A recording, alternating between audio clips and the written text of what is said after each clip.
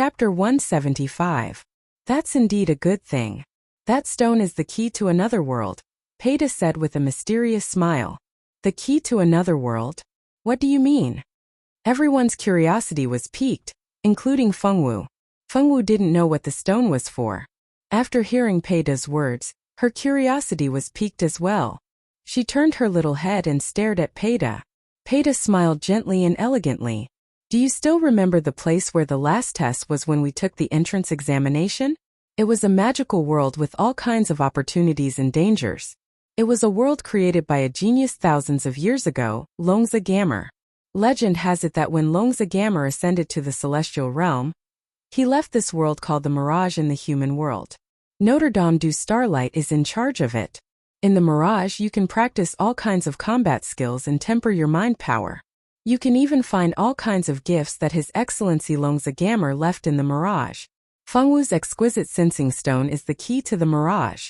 Only those who have the sensing stone can sense the entrance to the Mirage and enter it. These were things that could only be known after entering the Notre Dame du Starlight. If it weren't for Peita's family background, he wouldn't have known these things. You're saying that the small world we entered last time is the Mirage? Wow, that place is huge.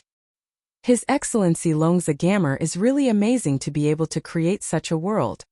To be able to create a world was something only a god could do. This world was completed before His Excellency Longzhi Gamer became a god. It was really amazing. You're wrong about one thing. That place is indeed the Mirage, but that's not the entirety of the Mirage. Legend has it that the real Mirage is extremely huge. Its size is comparable to our entire continent. The place we entered was merely an examination hall isolated by the teachers. The size of the Mirage is negligible compared to the entire Mirage. Wow, that's amazing. As expected of His Excellency Longzhi Gamer. He's so powerful. When will we be able to enter the Mirage to take a look? The school gave the sensing stone to Fengwu. Does that mean that Fengwu can enter the virtual realm to cultivate? The students in the class began to discuss among themselves. Now that they knew what a sensory stone was, these students who had just entered Notre Dame du Starlight began to feel envious and jealous of Fengwu. That's right. Students who possess a perception stone can enter the Mirage before others. However, the rest of you don't have to worry. As long as you complete this money-making mission, the school will give you a basic perception stone. However, the first 50 students will receive it first at the end of the first semester. Moreover, the perception stone they receive will be better than the others.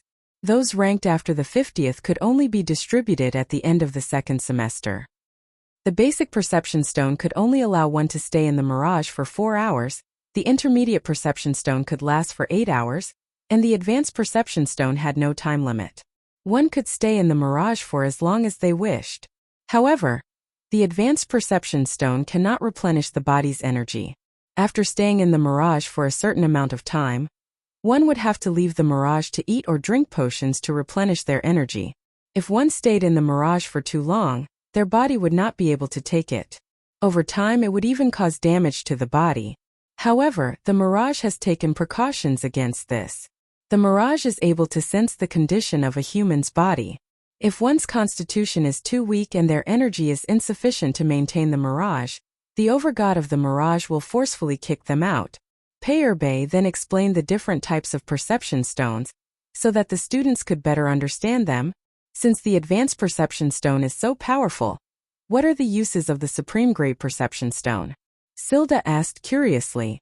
Yeah, what's the use of the supreme grade perception stone? It should be much more powerful than the advanced perception stone. The students began to discuss among themselves, expressing their curiosity about the supreme grade perception stone. Fengwu perked up her ears and listened even more attentively. When she heard about the Mirage, Fengwu thought of the old curator. If she could enter that world again, did that mean she would be able to see the old curator again?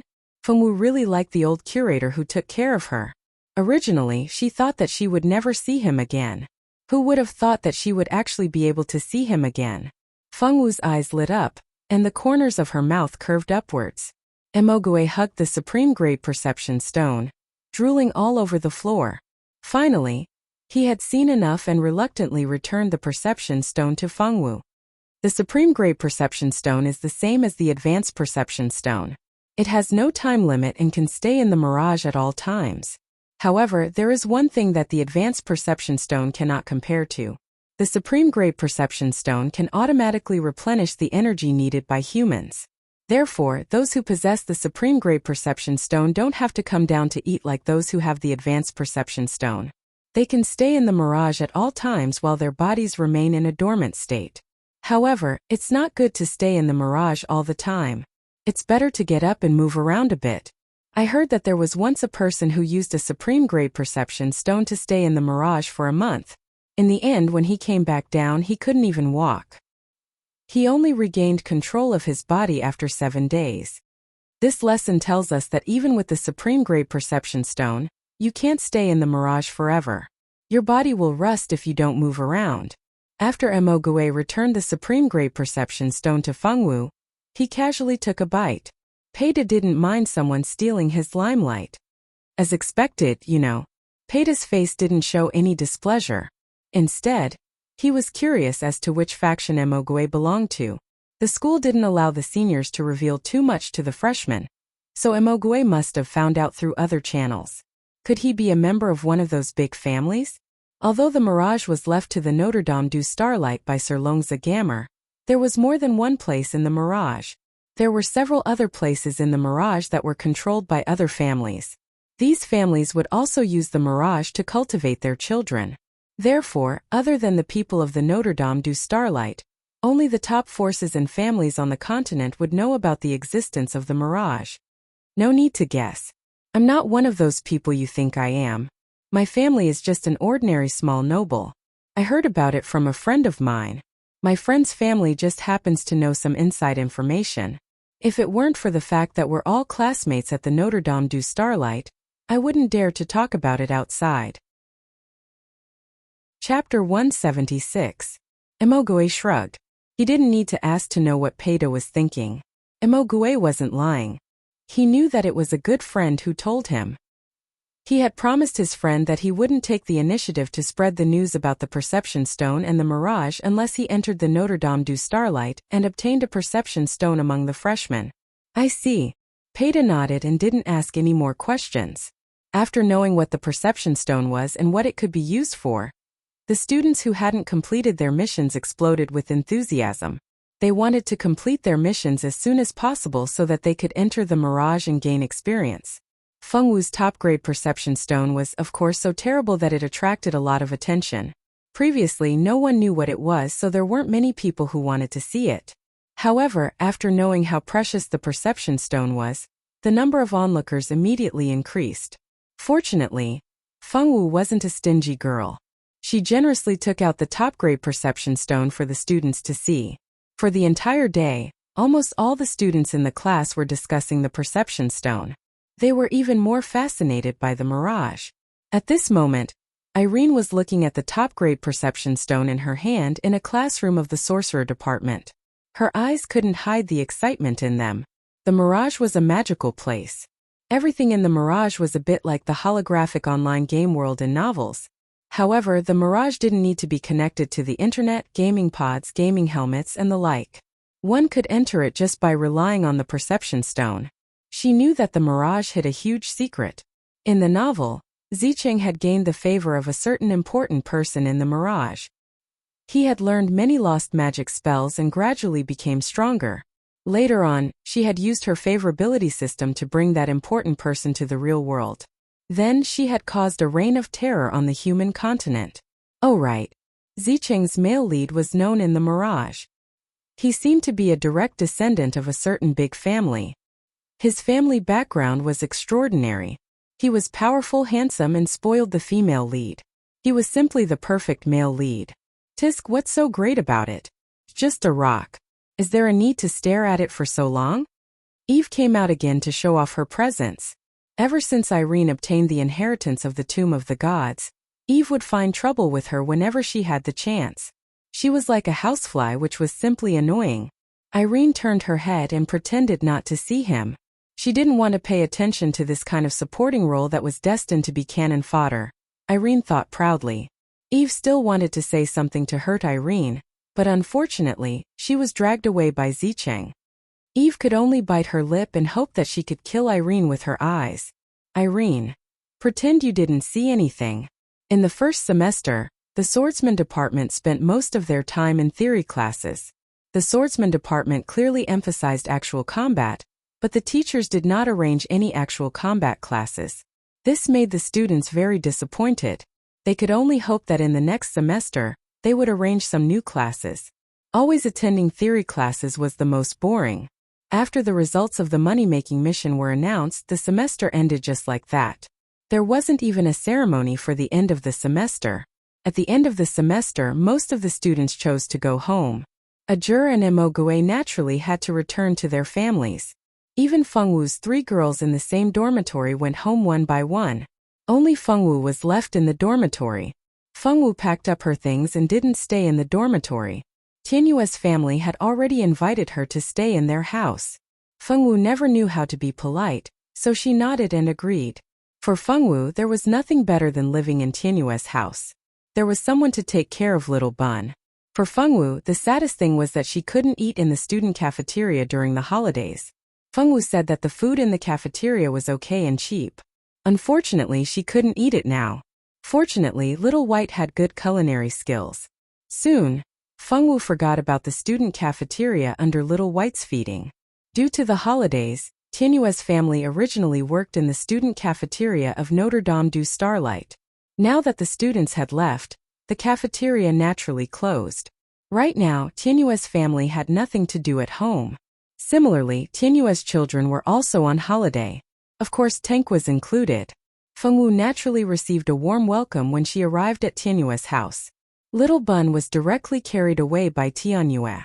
According to Tianyue, she was someone who couldn't stay idle and had nothing to do. Before school started, Little Bun would be taken care of by her. Fengwu girl didn't have any objections to this. Xiaowu, is the two-realm battlefield fun? I heard that there are many powerful fellows there. Did you meet them? Tianyue's son Lan Tian asked curiously with his large eyes. I did. How powerful is that fellow? Is he as powerful as the demon you met last time? Loli Lan, you also came to join in the fun. This last was asking about the demon that Fengwu and the others met when they went to Frost City. Yes, this one is even more powerful. Fengwu thought for a while and said, wow, then how did you guys defeat him? Did the Star Hall's emissary come to help again? Tank was most curious about the emissary of the Star Hall. At such a young age, this little fellow had already decided to work in the Star Hall in the future. Fengwu shook her head. No, the Star Hall's emissary. It was Xiaochun who defeated him. Who is Xiaochun? The 3 little ones asked. Xiaochun is Xiaochun, my friend. Fengwu blinked innocently. The 3 little ones sighed and gave up asking who Xiaochun was. Xiaowu, tell us what happened in the two-realm battlefield this time. Can you tell us from the beginning? Lan Yu said coquettishly. Okay. Fengwu didn't refuse. She opened her mouth and told them everything that happened along the way. Of course, she only told them what happened after they entered the two-realm battlefield. As for what happened in the small town before, the children didn't ask, and with Fengwu's personality, she naturally wouldn't take the initiative to tell them. 10 minutes later, the 3 little ones couldn't help but admit that it was a mistake to let Fengwu tell them a story. Was there anyone who didn't add some personal emotions or inflection when telling a story? Important things should be asked 3 times. When Fengwu told a story, she told them everything that happened, as well as what they said along the way and what they encountered. She didn't even raise her pitch by half a note. The 3 little ones regretted it. If they had known, they'd rather wait for Big Brother Ajur to come back than look for Xiaowu to tell them stories. They wanted to listen to their adventures. But in the end, there wasn't even the slightest bit of excitement. Fengwu didn't know how the 3 little ones despised her for not having the talent to tell stories. She was honestly telling them everything that happened after they entered the two-realm battlefield. She didn't look like she was telling a story, but more like she was giving a report. Tianyu, who was hugging little Bun and sitting at the side, almost laughed out loud when she saw this scene. This was the first time she saw these 3 little ones being defeated. Why did she feel that it was so interesting? Chapter 177. In the distant eastern ancient country, the Feng family was in a heated argument.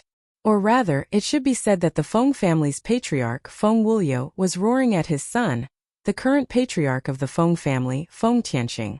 What do you think this is? She dared to propose to a male classmate not long after school started, and she even dared to take the child to school to raise. She's really grown up. Our Feng family's face has been completely lost because of her. Feng Wuliu became louder and more agitated as he spoke. This is all your fault. How did you teach your daughter? How did you teach her to be like this? I know that child's talent isn't good, and I didn't expect her to become a talent. As long as she was obedient and didn't go out to ruin our Feng family's reputation, I would be thankful. In the end, look at what she did. She got pregnant at such a young age, and she doesn't even know who the father of the child is. Sending her to the countryside to raise the child was to protect her reputation, and also to let her get some training to see if she could become smarter. Who knew that she would actually leave just like that, and not even send a message back? Did she even treat us as a family? Tell me, what kind of child did you give birth to? She's just an ingrate. But father, this can't be entirely blamed on Xiao Wu. The village Xiao Wu lived in was so bad that it was ransacked by bandits. It's already not easy for her to survive. Madame Lan, who was also the wife of the Feng family's patriarch, Lan Xiaodai, wiped her tears in grievance. The more she thought about her daughter, the more her heart ached. Her daughter didn't inherit her talent in magic, nor did she inherit the Feng family's talent as a swordsman. Although no one in the Feng family cared whether she had talent or not, outsiders didn't think so. Every time Xiao Wu was hurt by the rumors outside, Madame Lan's heart ached. Later, his daughter mysteriously got pregnant. Xiao Wu couldn't even tell who the father of the child was. The old man used the excuse that Xiao Wu was ruining the family's reputation, and sent Xiao Wu to a small village. Although the old man said that he would expel Xiao Wu from the Feng family, he didn't do so in the end.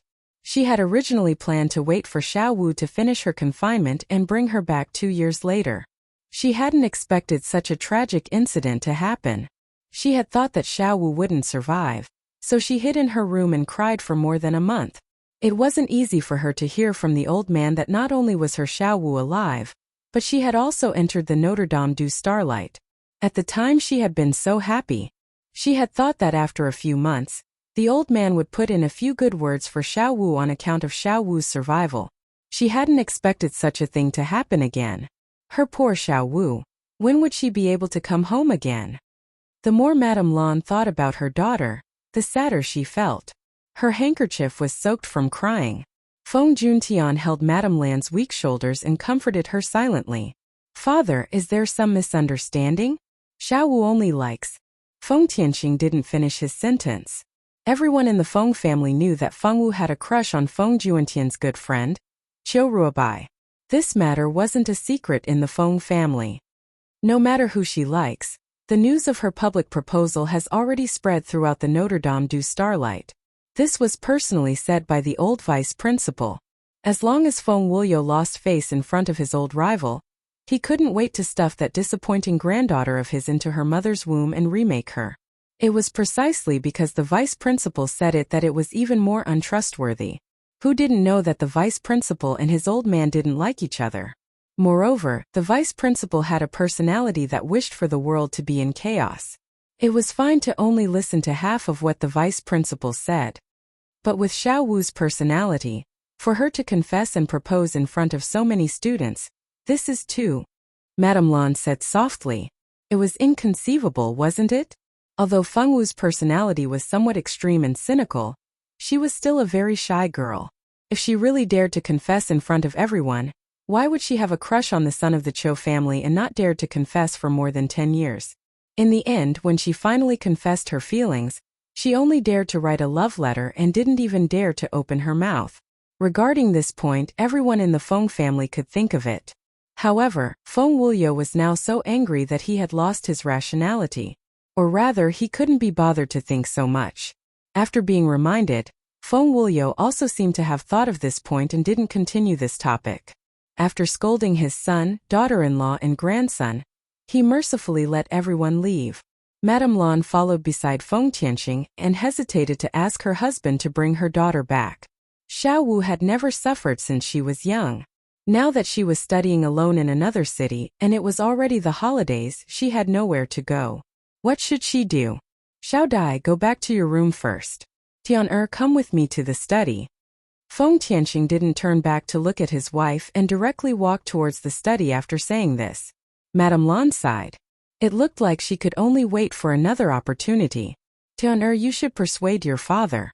Your younger sister is alone outside and doesn't even have a place to stay. She has never suffered since she was young and has experienced so many things. I believe that Xiao Wu has also learned her lesson and will definitely change in the future. You should persuade your father to let your younger sister come back. Mother's heart feels terrible. As Madame Lan spoke, she started crying again. The handkerchief that hadn't dried yet became wet again. Feng Juntian nodded stiffly and turned around to follow his father into the study. Feng Tianxing looked at his handsome and tall son and then thought about his daughter. He wondered more than once if there was a problem with his way of educating his daughter. Otherwise, how could his daughter grow up to be so crooked? He had clearly used the same method to educate his child and was more lenient with Xiao Wu, who was a girl. He didn't expect that child to grow up to be so crooked. She didn't even have the bearing of a legitimate daughter of the Feng family. Father, you called me over for something? Seeing that his father didn't speak for a long time and only stared at him in a daze, Feng Juntian had no choice but to ask after enduring for a few minutes. Contact your younger sister and see how she is doing. Does she lack anything? Does she have enough money? 20 gold coins a month is a little too little. You can give her more depending on the situation. You are her elder brother, so you should take good care of your younger sister. Remember to contact your younger sister personally later, and don't let anyone else do it for you. Feng Tianxing was really not used to saying such words of concern. The men of the Feng family were not good at expressing themselves. It was already not easy for them to say such words of concern. Yes, Junhan understands. Feng Juntian looked at his father's back. When he spoke, his father deliberately turned his back to him. He suspected that his father was shy. If he didn't see wrongly, his father's ears seemed to have turned red. Since you know you can leave, remember to get things done as soon as possible. Feng Tianxing waved his hand and sent his son out without even looking back. Feng Juntian walked back to his room alone. His thoughts were a little messy. Thinking of his younger sister, Feng Juntian frowned. His younger sister wasn't close to him since they were young. Among his friends, other than a few, most didn't know that he had a younger sister, Feng Wu. Chapter 178. Feng Wu's personality was a bit extreme. She had never been close to her brother. Every time they met, the scene would be cold and cheerless. When others were showing off their little sister, he could only remain silent. He and Xiao Wu were like strangers living in the same house. He didn't know what Xiao Wu liked or what she liked to eat. His understanding of Xiao Wu was even inferior to that of Feng Ting, who was born of a concubine. In the eyes of his friends, it seemed that Feng Ting was the young miss of the Feng family. His only sister was Feng Wu. Because she didn't like to appear in front of others, her presence was too weak. Most people had already forgotten about her. Even he, her brother, was used to ignoring her. Could it be that he was partly responsible for her becoming like that in the end? It seemed like he was really a failure as her brother. Taking out the communication crystal, Feng Juntian picked it up and put it down a few times. In the end, he finally made up his mind to use the communication crystal to contact Feng Wu. Feng Wu didn't have much to do recently. After listening to Feng Wu's story, the children ran out to play on their own. Feng Wu could only stay at home and read. As for what book she was reading, it was the popular romance novel, The Story of Me and the Sword God, that Tianyu had enthusiastically recommended. Just from the name, it was obvious that the male lead of this book was definitely a sword god. This sword god's name was Skycliff.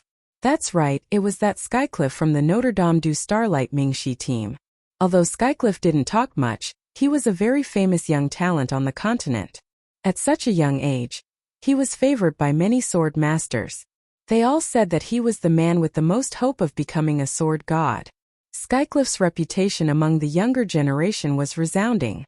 He was also favored by the older generation, so he naturally became one of the most popular young talents on the continent. He was also the dream lover of many girls. In the eyes of those girls, His indifference was called having character. His lack of reaction to women was called self-respect.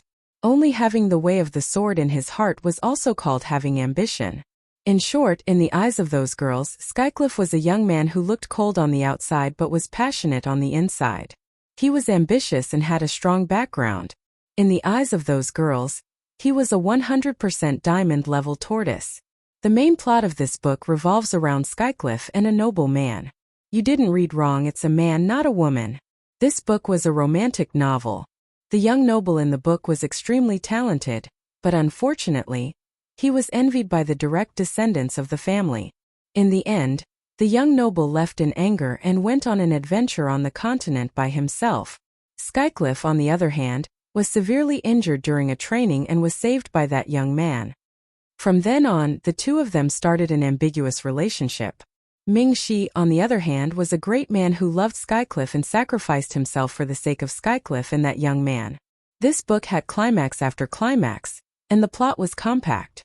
Overall, it was a relatively good book. It was no wonder that it was so popular. Fengwu finished the book in the shortest time possible after reading for 4 hours straight. She looked a lot more serious, and her face showed that she was thinking about something important. Tianyu was curious. She walked to Fengwu's side and sat down. Xiaowu, what's wrong with you? Are you bored? Why don't we go out for a walk? I don't feel like going. Fengwu shook her head. She was very busy now, and she was thinking about a very important problem. What's wrong with you? Did you encounter something unhappy? Tell me, sister will give you some advice. Tianyu was not that old, and because she didn't want to be called old, she asked Fengwu to call her sister. Sister Tianyu, Mingxi likes men. What should I do? Fengwu looked at Tianyu, bit her lip and asked carefully. Fengwu wanted Mingxi to be Xiaowu's father, but now she suddenly found that Xiao Ye's future father might run away with a man. This made Xiaowu feel a little overwhelmed. Could it be that she was thinking about Mingxi, the person she was thinking about? Tianyu had a headache. Did this girl think that novels were reality? It had to be said that Tianyu was right. This was Fengwu's first time reading a romance novel. Previously, when she read books in the library, she also read literature books that were helpful for her studies. This was the first time she came into contact with a romance novel like this, so this girl didn't know that these novels were just the product of some people's imagination. She thought that something really happened between Mingxi and Skycliff. Xiaowu, this is... Just as she was about to say that this was a novel, and that there was no need to treat it seriously, Fengwu suddenly took out a communication crystal from her spatial ring. This communication crystal was originally with the original owner. After Fengwu obtained her spatial ring, she had always kept it in her spatial ring and rarely took it out. Just as she was talking to Tianyu, she felt a strange movement in her spatial ring. Fengwu instinctively took out the stone that caused the movement and stared at it curiously. The stone emitted a gentle white light, and then the image of a handsome black-haired man appeared on the communication crystal. The image wasn't big, but it was enough to see the man's figure and appearance. Xiaowu, long time no see. How have you been? Feng Juntian used his usual cold voice to greet Fengwu. Only he knew how nervous he was. Who are you? Fengwu's face was expressionless as she looked at Feng Juntian in the image. She didn't even call him by his name now. In the past, Xiaowu would always refuse to call him Big Brother, and would always call him by his name. Even after being corrected by her parents many times, she still refused to call him Big Brother. But now she didn't even call him Big Brother, and directly asked who he was. Could it be that Xiaowu didn't want to acknowledge him anymore? Feng Juntian couldn't tell what he was feeling, only that his heart was filled with panic. I'm Big Brother, Feng Juntian said with some difficulty. Big Brother? You're Big Brother.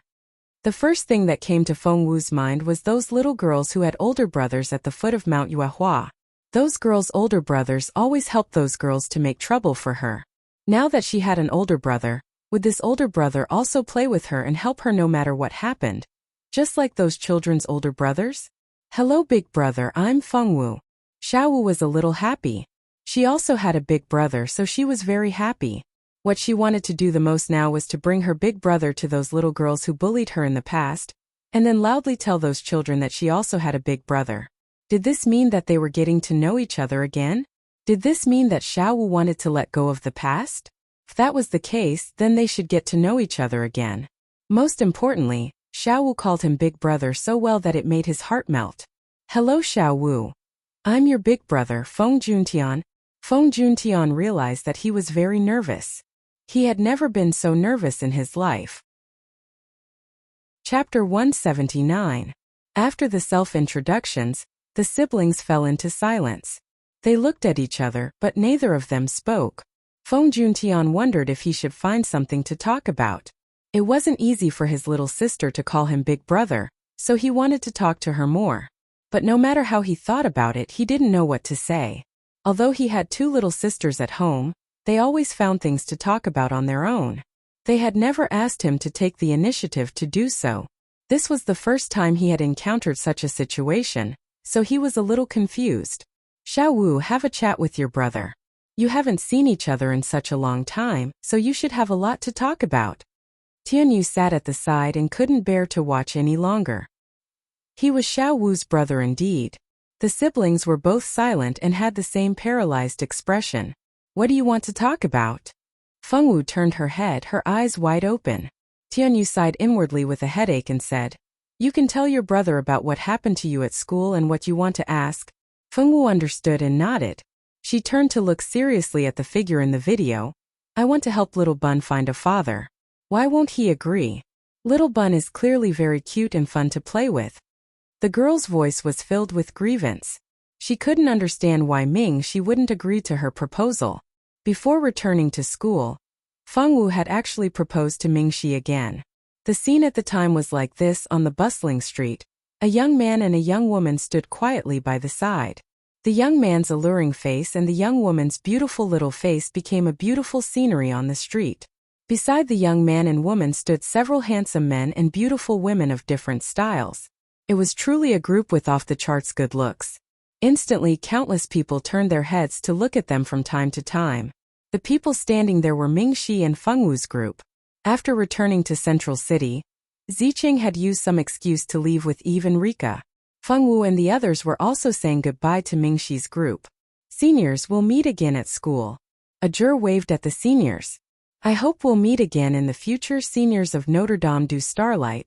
This was Pei Qing and the other two. We'll definitely meet again. Elena nodded at the three with a smile. Return to school early.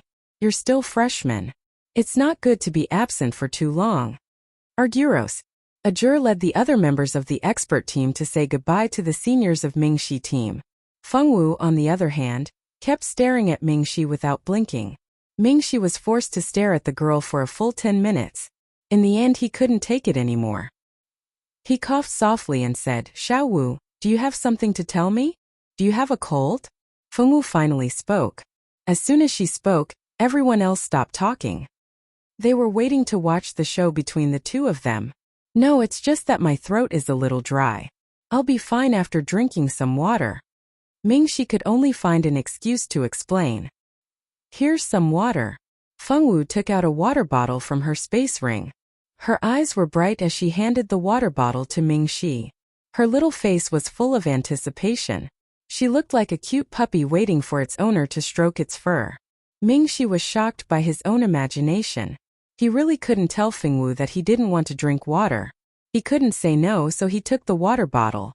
He wanted to take a sip and then hand it back. He didn't expect the girl in front of him to keep staring at him. The anticipation in her eyes was so obvious that anyone who wasn't blind could understand what she wanted to express. Was he trying to make him drink all the water? Should he drink it or drink it or drink it? Under such a gaze, it would be like committing a crime if he didn't finish the water. Ming-Shi had no choice but to finish the water bottle in one go.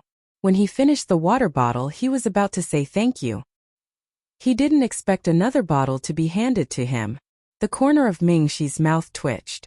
If he hadn't known this girl for a while and knew how honest she was, he would have thought that he was being pranked. Elena and the others didn't mind watching the show. They were all excited to see Ming-Shi suffer. To make Ming-Shi, who was always smiling, show such an expression, girl, you're really not an ordinary person. Our seniors have high hopes for you. Feng Wu's little face was full of anticipation. Her little expression was so cute that it made people unable to refuse. Also, with those big watery eyes, Mingxi suspected that if he dared to refuse, this girl would immediately cry in front of him. After taking the water bottle, Mingxi finished it again. When Fengwu took out the third water bottle, Mingxi resisted the danger of making Fengwu cry and decisively refused to be stuffed to death by the water. I've had enough. I'm not thirsty anymore. You can keep it and drink slowly. Not sure if it was an illusion, Elena and the others clearly felt that Mingxi's gentle and tolerant smile was slightly distorted. I have a lot. This is for you. Fengwu insisted on handing the water bottle to Mingxi until Mingxi helplessly took it. In order to make Mingxi believe that she had a lot of water to drink, this girl took out more than 10 bottles of water from her spatial ring. Everyone was silent. Girl, you're not planning to go to the desert to train, are you? Why did you bring so much water with you? Xiaowu, what did you want to say to me just now? Mingxi did not want to talk about water anymore, so he could only change the topic.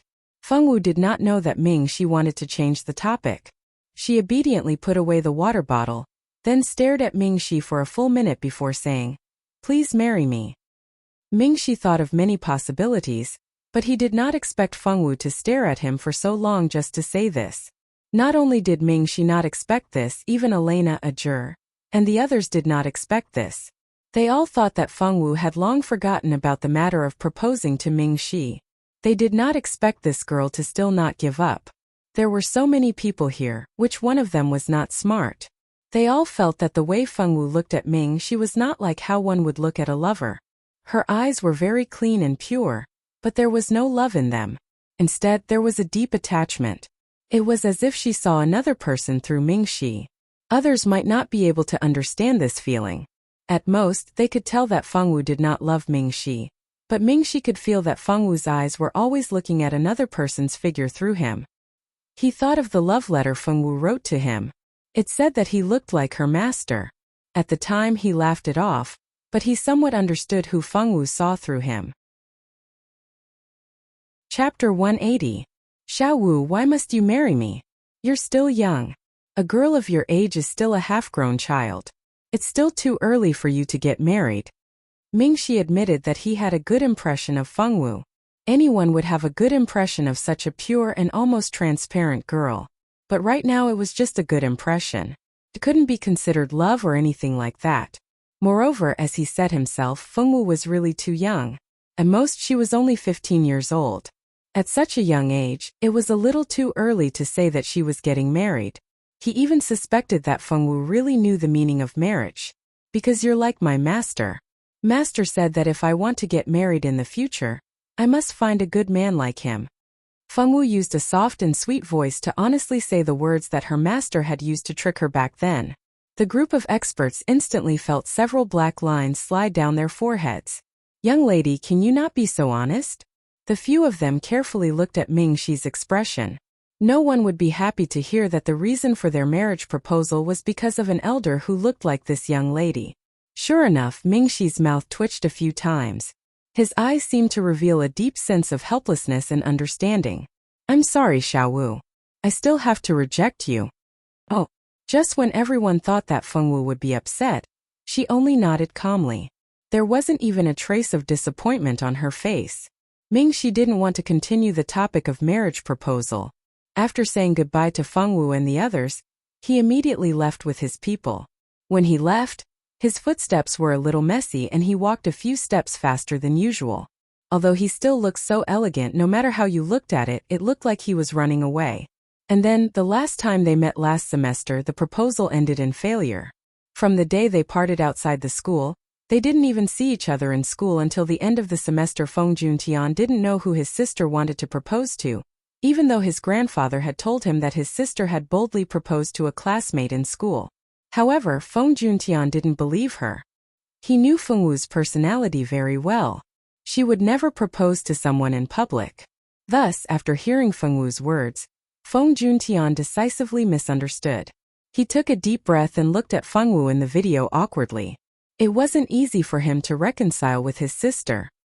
He really didn't want to pour cold water on his sister, but there were some things that if he didn't let Fengwu understand, she would only be hurt more in the future.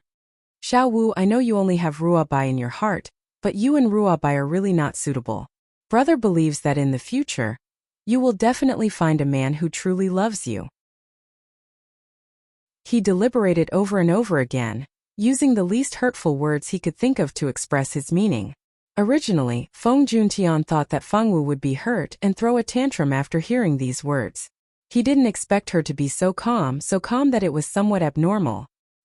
He saw Fengwu use a pair of large black eyes to look at her brother. Then with a stoic face, she asked in a puzzled voice, "Who is Ruobai?" "You don't know Ruobai." Feng Juntian was shocked. He was very clear about how much his sister liked Qiu Ruobai. For Qiu Ruobai, she had done many crazy things, but now, his sister was actually using such a puzzled expression to ask him who Ruobai was. If one had to describe Feng Juntian's current feeling, it would be as if he had been struck by lightning. He was completely stupefied. Why do I have to know him? Was this Ruobai someone important? After searching through her memories, Fengwu couldn't remember knowing such a person. She furrowed her small brows. She was clearly talking about the proposal, so why did she talk about this Ruobai? Also, who was Ruobai? What did it have to do with him? Fengwu blinked her large eyes in puzzlement. 3 words were written all over her small face. She didn't understand. You don't need to know. You don't need to know who he is. He's just an unimportant person. Regardless of whether Xiao Wu had really forgotten or was pretending to forget to heal her emotional wound, he didn't plan to continue talking about it. It couldn't be better if Fengwu wanted to forget about Ruobai. Brother, you still haven't answered me. Why won't he agree to marry me? What about the father who won't be a little bun? Fengwu couldn't understand why. Her brother seemed to be very smart, so her brother should know why she wouldn't agree to marry her. If Feng Juntian knew that his sister had placed such heavy hopes on him, she really didn't know how he would react. For a moment, Feng Juntian didn't know how to answer his sister. His sister seemed to have encountered some emotional troubles, and this man wasn't her good friend Qiu Ruobai. He should be happy, but he was also very worried. Could it be that his sister had suffered a huge blow from Ruobai, so she wanted to find a random man to date? Xiao Wu, brother thinks that you're still young. It's better to wait a few years before considering marriage. Feng Juntian said in a deadpan manner. Sister Tianyue said before that Xiao Wu is already a mother, so I'm an adult. Fengwu blinked her eyes, looking at Feng Juntian with a serious expression. Fengwu had always thought so. Master always said that a biological child was an adult. She wasn't married, but she had a child, so she should be an adult. Sister Tianyue also said so, so it couldn't be wrong. Xiao Wu was an adult. The girl thought expressionlessly in her heart, secretly confirming her identity as an adult. Feng Juntian suddenly had a feeling of speechlessness. Xiao Wu was indeed a mother. For a woman who was a mother, it was too far-fetched to insist that she was a child. Because he didn't know how to deal with his sister's problem, Feng Juntian used the excuse of helping Fengwu find a way to successfully propose and close the communication crystal as quickly as possible. On the other side, Fengwu was in a very good mood and the corner of her mouth twitched. Brother said that he would think of a way. Once her brother figured it out, Senior Ming, she would definitely agree to marry her. Thinking like this, the girl's mood immediately soared. She clearly had high hopes for her brother, and she never thought that her brother might be tricking her. At this time in the Feng family, the brother that his sister had placed high hopes on was sitting in a daze in his room. As a man with zero experience in love, and even holding hands with girls was limited to his sister, Feng Juntian was under a lot of pressure. After closing his eyes and thinking for a full 5 minutes, he finally moved. With steady steps, Feng Juntian walked straight into his mother's room. Madame Lan was currently sitting in her room with a worried expression, wiping away her tears in front of the mirror. From time to time, she would wonder if her daughter was doing well and if she would starve. Her daughter had been spoiled since she was young and had never suffered. It was already very difficult for her to live alone. If she had to raise a child, wouldn't that be adding fuel to the fire? Chapter 181. Madame Lan cried as she worried. She couldn't stop her tears, and her handkerchief was so wet that it looked like it could drip water. Madam, you don't have to worry too much. Isn't young Miss already a student of Notre Dame du Starlight? I believe she can take care of herself. This woman who was busy comforting Madame Lan was no stranger to Fengwu. She was Qing Lian, who had taken care of Fengwu for a period of time. Because Qing Lian had been brought back by the Feng clan elder, she had managed to avoid the massacre of the village. Back then, the Feng clan elder had done this to let Fengwu learn to be independent and change her spoiled temper. He hadn't expected that something would happen in the village that day. After Qing Lian found out that the village had been massacred, she cried with Madame Lan for a long time. Only when she confirmed that Fengwu had arrived at Central City and had become a student of Notre Dame du Starlight did she truly relax. Qing Lian was right when Feng Juntian arrived. Qing Lian's eyes lit up when she saw Feng Juntian. "Eldest young master, you're here.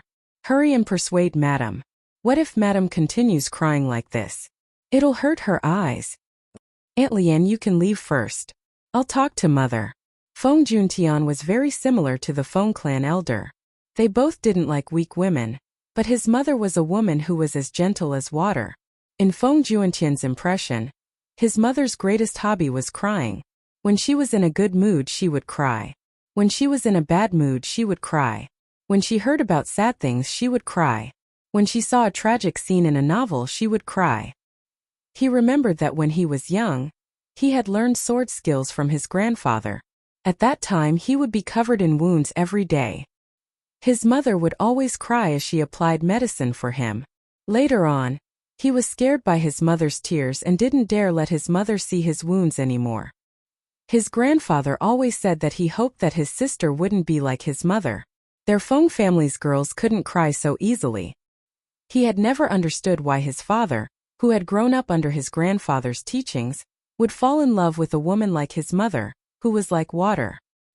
He had heard that the love between his father and mother had encountered some obstacles, but fortunately, his grandfather was not an inflexible old man. In the end, he had agreed to his parents' marriage. After so many years, his mother's heart was still as sentimental as a young girl's. However, his father didn't mind and liked his mother very much. As a son, Feng Juntian naturally couldn't raise any objections to his parents. After Qing Lian left, Madame Lan seemed to have suddenly thought of something and stopped crying. Her eyes were red as she held her son's hand, looking a little emotional. "Dong, what did your father say to you? Did I ask you to bring your sister back? Am I right? Am I right?" Feng Juntian suspected that if he dared to say no, his mother would definitely start raining cats and dogs.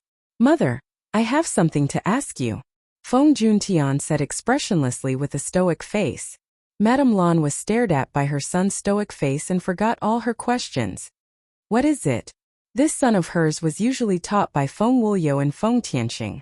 Feng Wuliu was afraid that she would teach his son to be a weakling, who wouldn't be able to inherit the Feng family in the future. Thus, he had never allowed him to interfere with his son's education. In her impression, her son was very capable and could solve any problem by himself. If he couldn't solve it, he would only ask his father or grandfather. This was the first time she had heard that her son had something to ask her.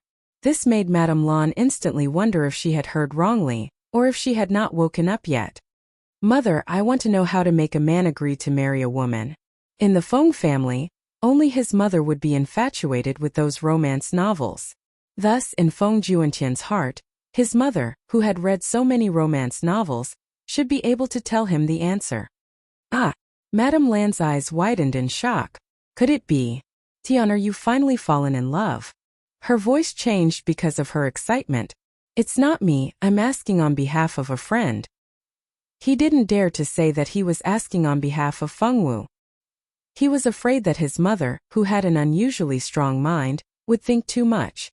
Perhaps she would run to Notre Dame du Starlight to look for her sister if she couldn't figure it out. So that's how it is. How disappointing. I thought that Tian had reached the point where he wanted to find a girlfriend.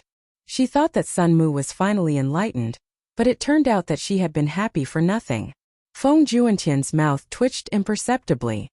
"Mother, do you have any good suggestions? Your friend is a girl." Madame Lan finally remembered that her son's question seemed to be for a girl. But did her son have any female friends? It seemed that the younger sisters of her son's best friends counted. Could it be that those girls had their eyes on a boy but didn't know how to pursue him? Seeing his mother's eyes grow brighter and brighter, Feng Juntian could practically imagine what his mother was imagining. If that girl doesn't have any love experience, I strongly recommend this book, Chasing a Prince Charming 99 Times, and this The Diary of a Chaser. These two books are currently the best-selling novels about girls chasing boys. If you still feel that it's not enough, you can also read this 101 Ways to Woo a Goddess. Although it's a textbook about chasing a girl, many of the methods in it can be used to chase boys as well. When your friend finishes reading these 3 books, she will definitely be able to handle that boy. I'll give the books to you and teach them to the girl so that she can read them slowly. Consider this a gift from Auntie. If you knew that these books were for your daughter, are you sure you would still give them to her? Feng Juntian thought silently in his heart. There's no need, Mother. She's not here. These books are sold everywhere. Let her go to a bookstore and buy one herself. Madame Lan had wanted to give the books to show her support for that girl, but she couldn't give it away. Helpless, she gave the books to her son, reasoning that her son might meet a girl he liked in the future. When that time came, he could use the methods described in the books to pursue that girl. Feng Juntian didn't know what to say anymore.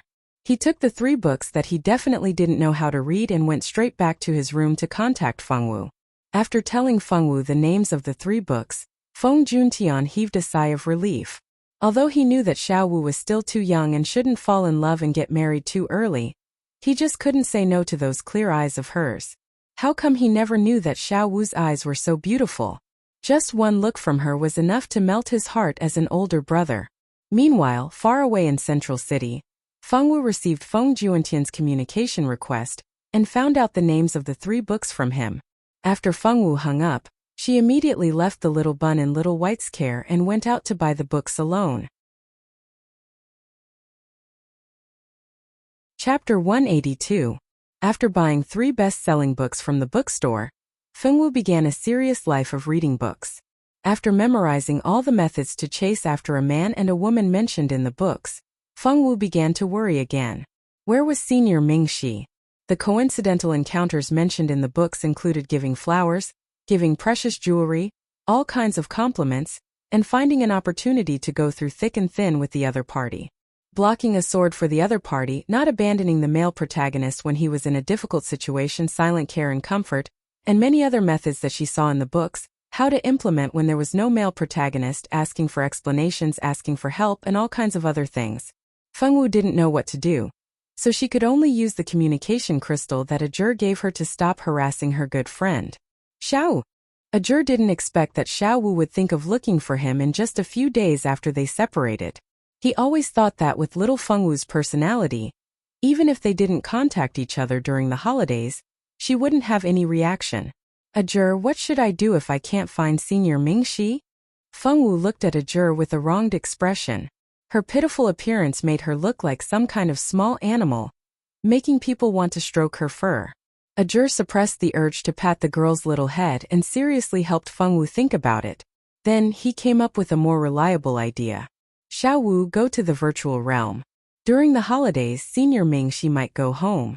When he's at home, he'll definitely go to the virtual realm to cultivate. You might be able to meet Senior Mingxi there. In fact, Ajur was just guessing. He wasn't sure if Mingxi had accepted a mission from the school or gone home. In order to stop Fengwu from looking at him with such a wronged expression, he had no choice but to come up with this idea.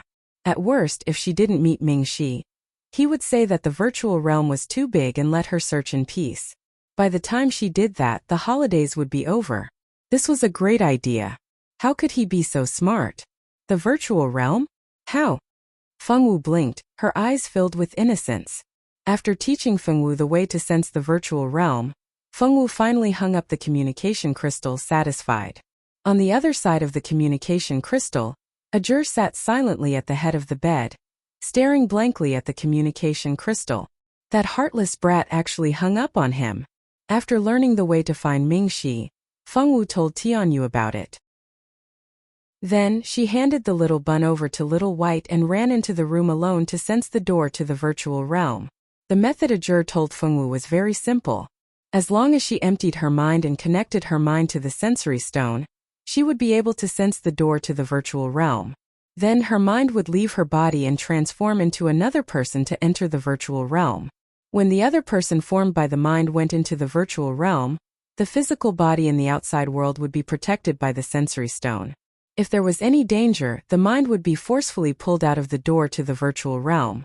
Although Ajur made it sound simple, the first time sensing the virtual realm was actually the most difficult. It required a lot of concentration. An average person would need a few hours to sense the door to the virtual realm. Some people would even need a day. Fortunately, this situation would only occur during the first time. After the first time, this situation would not occur again. In the future, as long as one's mind entered the sensory stone, they would be able to enter the virtual realm. Fengwu followed Ajur's method and successfully connected to the virtual realm for the first time in just a few minutes. This was really an amazing result. If the teachers knew about this, their jaws would definitely drop. Although the time taken to connect to the virtual realm for the first time was different for everyone, with some taking longer and some taking shorter, and most people would spend a few hours. Even the shortest known time to successfully connect to the virtual realm was half an hour. For someone like Fengwu to connect to the virtual realm in just a few minutes was unheard of, let alone seen.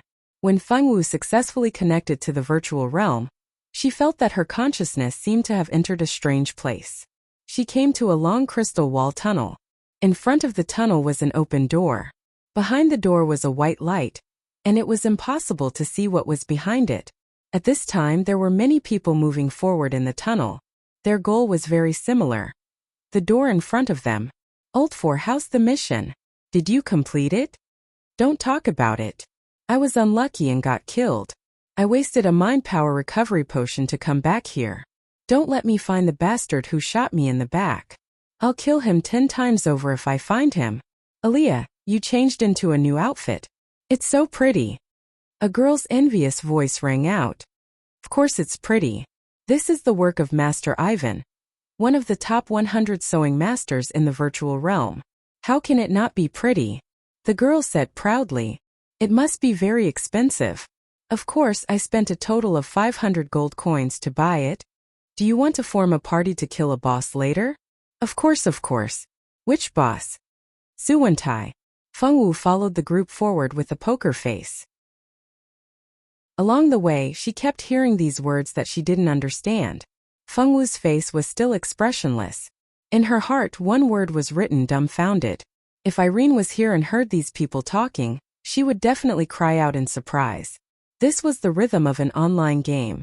When the group walked through the door, the scene in front of Fengwu immediately changed. In front of her was a small village. The village was peaceful and quiet. A large group of people wearing coarse clothes like her came and went hurriedly in front of her. Fengwu couldn't understand what was going on. Although she didn't understand what these people were doing, Fengwu knew that she was now in the virtual realm. But how was she going to find Mingxi? Before she knew it, Fengwu stood at the entrance of the village in a daze for a full quarter of an hour. A beautiful girl with black hair stood alone at the entrance of the village. Passers-by would turn to look at her from time to time, trying to guess what this girl wanted to do by standing there. Mariana was the third daughter of the main branch of the family. She was extremely talented. She was a dual-element magician of the metal and fire element. This kind of talent made her highly valued in the family. Moreover, she had obtained a top-grade sensory stone, which allowed her to enter the virtual realm to improve her strength. She had only obtained the stone not long ago, so she spent her days in the novice village. To her, the virtual realm was a world full of challenges and unknowns. If it weren't for the fact that staying in the virtual realm affected her body in the outside world, she wouldn't have minded staying in there forever. Chapter 183. 5 minutes ago, she had just completed a mission from the village chief, which was to find his naughty grandson. As soon as she handed in the mission, she was attracted by Fengwu, who was standing at the entrance of the village. Miliana believed that her memory was excellent. She had done 2 tasks, but the girl was still standing here, which made her a little curious, so she approached Fengwu to see what made the girl stand at the entrance of the village in a daze. Aside from the students of Notre Dame du Starlight, the only people who could come to the Mirage were the children of royalty and clans. The Mirage was a very good place to train people. Everyone who came here would work hard to improve their strength. Who would think of standing there in a daze? Hi, hello. Why are you standing here? Is there anything you need help with? I want to find someone but I can't find him. Fengwu lowered her head in disappointment. She was really stupid. Ajur had already told her how to find Mingxi, but she still didn't know what to do. Fengwu was really as stupid as the children at the foot of the mountain said. Find someone? The person you want to find is also a newbie? Milyana finally understood. This should be the girl's first time in the mirage. She didn't know what was wrong with her parents. Why didn't they tell her about the mirage? Newbie? What was that? Fengwu looked up at Milyana. A newbie who just entered the ethereal plane not long ago. This is the novice village. Only newbies below level 10 will mingle around here. If your friend isn't a newbie, then he should have already gone to the main city. If you want to find him, you can only look for him there. Milyana saw that she had just completed 2 missions and now had some free time. So she pulled Fengwu to a big rock at the entrance of the village to chat.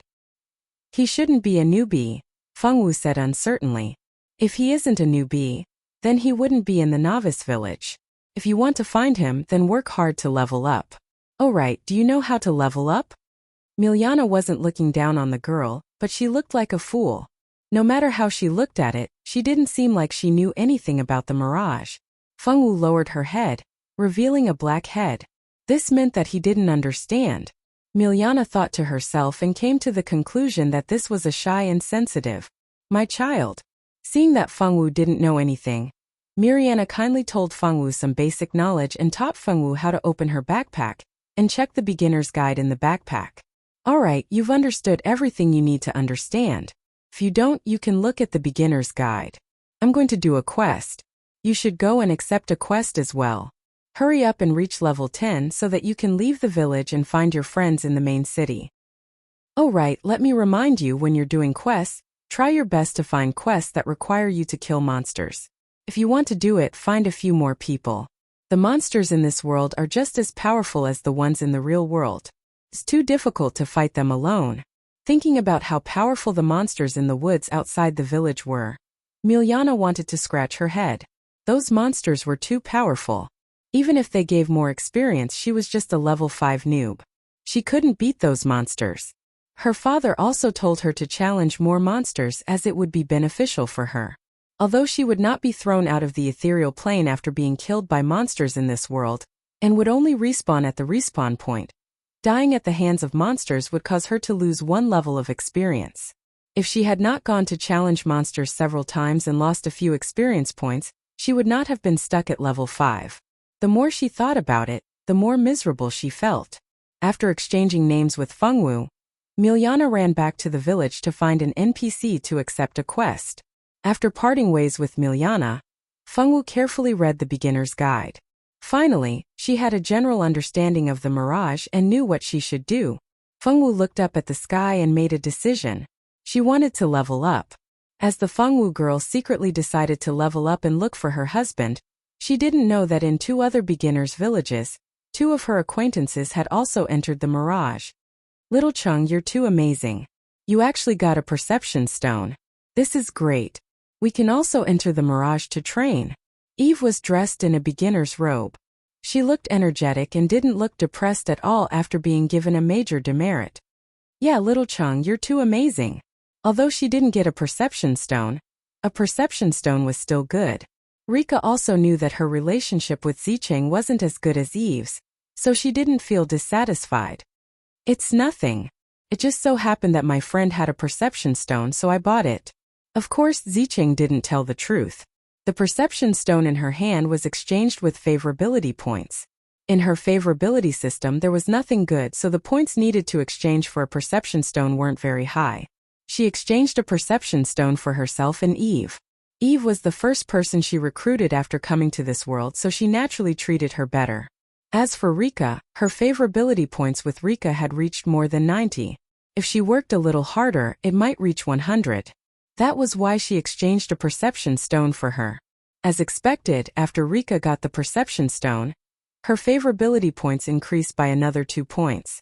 After her favorability points reached 90, it was really hard to increase. Until now, the only person who had reached 100 favorability points was Eve. Zicheng had already made up her mind. She was going to increase her favorability points in this mirage. As for Irene, she was currently doing guild business in a novice village. Her choice was the same as most people, which was to run some simple errands and quickly reach level 10. She couldn't wait to see the world outside the novice village. This mirage created by Longza Gamer. She had to find out what was the difference between this virtual world and a holographic online game. Of course, the most important goal was to prevent the female lead from increasing her favorability points. Fengwu still didn't know that these 3 transmigrated girls from another world actually chose to log into the mirage on the same day. Their future days were going to be interesting. The fates of these 3 transmigrated women from different worlds seemed to involuntarily intersect with each other. In this virtual world created by the transmigrated man, the arrival of these 3 transmigrated women, just what kind of a storm would it bring about? At this time, somewhere in the deep sea, a huge magic seal was suppressing the bottom of the sea. Dark demonic energy floated up and down in the sea. It's here, it's finally here. The variable has appeared. Longza Gamer, how long do you think you can trap me? I'll be able to see the light of day soon. When that time comes, I'll definitely destroy the human world and wipe out the entire human race. Ha ha ha ha. Chapter 184. Fengwu and the other 2 transmigrated girls didn't know that one of them had been targeted. The 3 of them were still doing their own quests. Fengwu arrived at the village chief's house. There were quite a few people accepting quests at the village chief's house. When Fengwu arrived, there was already a queue in front of her. In front of her, there were 5 people queuing up to accept quests. Respected village chief, is there anything I can do for you? A rather handsome young man dressed in a beginner's uniform looked at the village chief with respect. He had a fawning expression on his face. Young man, my family's pigsty needs to be cleaned. However, my wife and I are already old and can't do heavy work. We can only trouble you. The old village chief raised his wrinkled face and spoke to the man in front of him in a lethargic manner. The young man wearing the beginner's uniform twitched his mouth and silently cursed his bad luck. He rubbed his nose and admitted defeat. There were many quests that could be accepted in the beginner village, but most of them were limited. For example, Anna at the east of the village and Peter at the west of the village would only give out quests to each person 3 times a day. It was the same for the other families. The quests that they could help with running errands were also limited. It was impossible to do them indefinitely. The only quests in the village that didn't have a limit was the village chief's house. This made the village chief's house the most popular place in the entire beginner village. The quests that the village chief gave out were very simple, but also very troublesome. If it wasn't to clean the chicken coop, it was to clean the pigsty, it was to chop wood, do laundry, clean the house, and help the village chief find his playful grandson and lost cat and dog. While doing quests in the ethereal plane, one shouldn't think that doing quests in the game would be enough. The realism of the game was as high as 100%. The pain of being injured or killed was no different from the pain of being injured in the real world. Washing clothes, cooking, and cleaning really needed to be done by oneself. Moreover, it needed to be done well and clean well. If it wasn't done well and the natives were not satisfied, the quest would still be considered a failure. This was also why it was not easy to leave the beginner village. Those who could come to the Mirage were mostly talented or pampered young ladies and young masters who were spoiled at home. These people couldn't do the daily quests. Therefore, at the beginning the success rate of the quests was very low. It wasn't until they got used to it that the success rate of the quests started to increase. After the unlucky man who was assigned to clean the pigsty walked away, the second person was also assigned to clean the chicken coop. The third person was moved up. Fengwu took advantage of this time to observe the environment of the village chief's house. It was an ordinary farmhouse. Although the house looked better than the other houses in the village, it was still filled with a rustic atmosphere. It was much worse than the houses in the central city. However, it was a little similar to the small village Fengwu used to live in. The people in front were still busy accepting quests. Fengwu's gaze moved to a slightly plump woman. When Fengwu saw her, she used appraisal and easily found out the woman's identity. The result of appraisal was that the woman was the village chief's wife. At this time, the village chief's wife had a worried expression on her face. However, the people in the courtyard acted as if they didn't see her. They were either accepting quests or giving out quests. The village chief's wife sat alone in the courtyard with a worried expression. Fengwu pursed her lips. When she saw that there was only one person left, she moved in front of the village chief's wife and stared at her with her big black eyes. Do you need help? Fengwu felt that the village chief's wife seemed to be troubled. She probably needed help, so she asked subconsciously. When the village chief's wife heard Fengwu's question, her entire face lit up. Yes, I really need help. My new clothes were stolen by a fox outside the village. Those damn foxes hid my clothes on one of the foxes. Can you help me get them back? When the village chief's wife asked this question, Fengwu heard a voice in her ear. Respected adventurer, the village chief's wife asks you to help her find her new clothes that were stolen by a fox. Will you accept? Accept. Fengwu had heard from Miliana about the scene that would appear when accepting quests, so she wasn't surprised by the sudden appearance of this voice. She calmly accepted. Fengwu didn't notice that when she approached the village chief's wife, the people who came in with her to accept the quest were looking at her as if she was a monster. What's wrong with that girl? She actually dared to accept this damn quest. She must be a newbie who doesn't understand the situation. If she knew what's going on, she wouldn't have jumped into the pit. She should have seen how many newbies the village chief's wife has tricked. That girl is so pitiful. I think she won't be able to level up for at least 3 days. The people lining up next to her all looked at Fengwu with pity. Fengwu had just entered the ethereal plane not long ago, so she naturally didn't know that the village chief's quests were notorious for being a scam. In the past, there were some newbies who didn't know better who wanted to accept the quest, but after accepting it, they realized that it was impossible to complete. For example, the quest to find the new clothes stolen by the fox had been accepted by no less than 10 people. In the end, those who accepted the quest formed a team and ran to the fox's den to be slaughtered by a group of foxes several times. Forget about the clothes, they didn't even get a single fox hair. However, there was a deceptive setting in the virtual realm. Once a player accepted a quest, they were not allowed to give up within 3 days. The village chief's wife's quest was even more deceptive.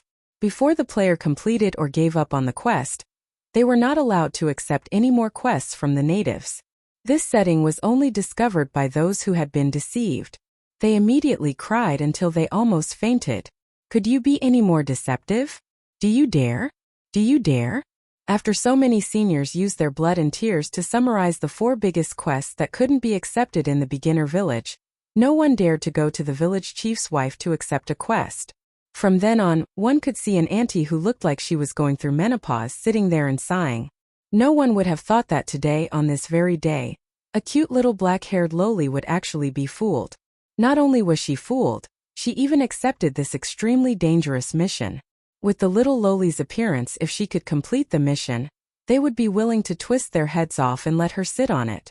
After Fengwu accepted the mission, she saw a small line of words appear in front of it. During the duration of this mission, she could not accept any other mission issued by other mission issuers. The duration of this mission was, there was no time limit. If you want to give up the mission, please wait 3 days before applying. After Fengwu finished reading in silence, she walked out of the village to look for the fox.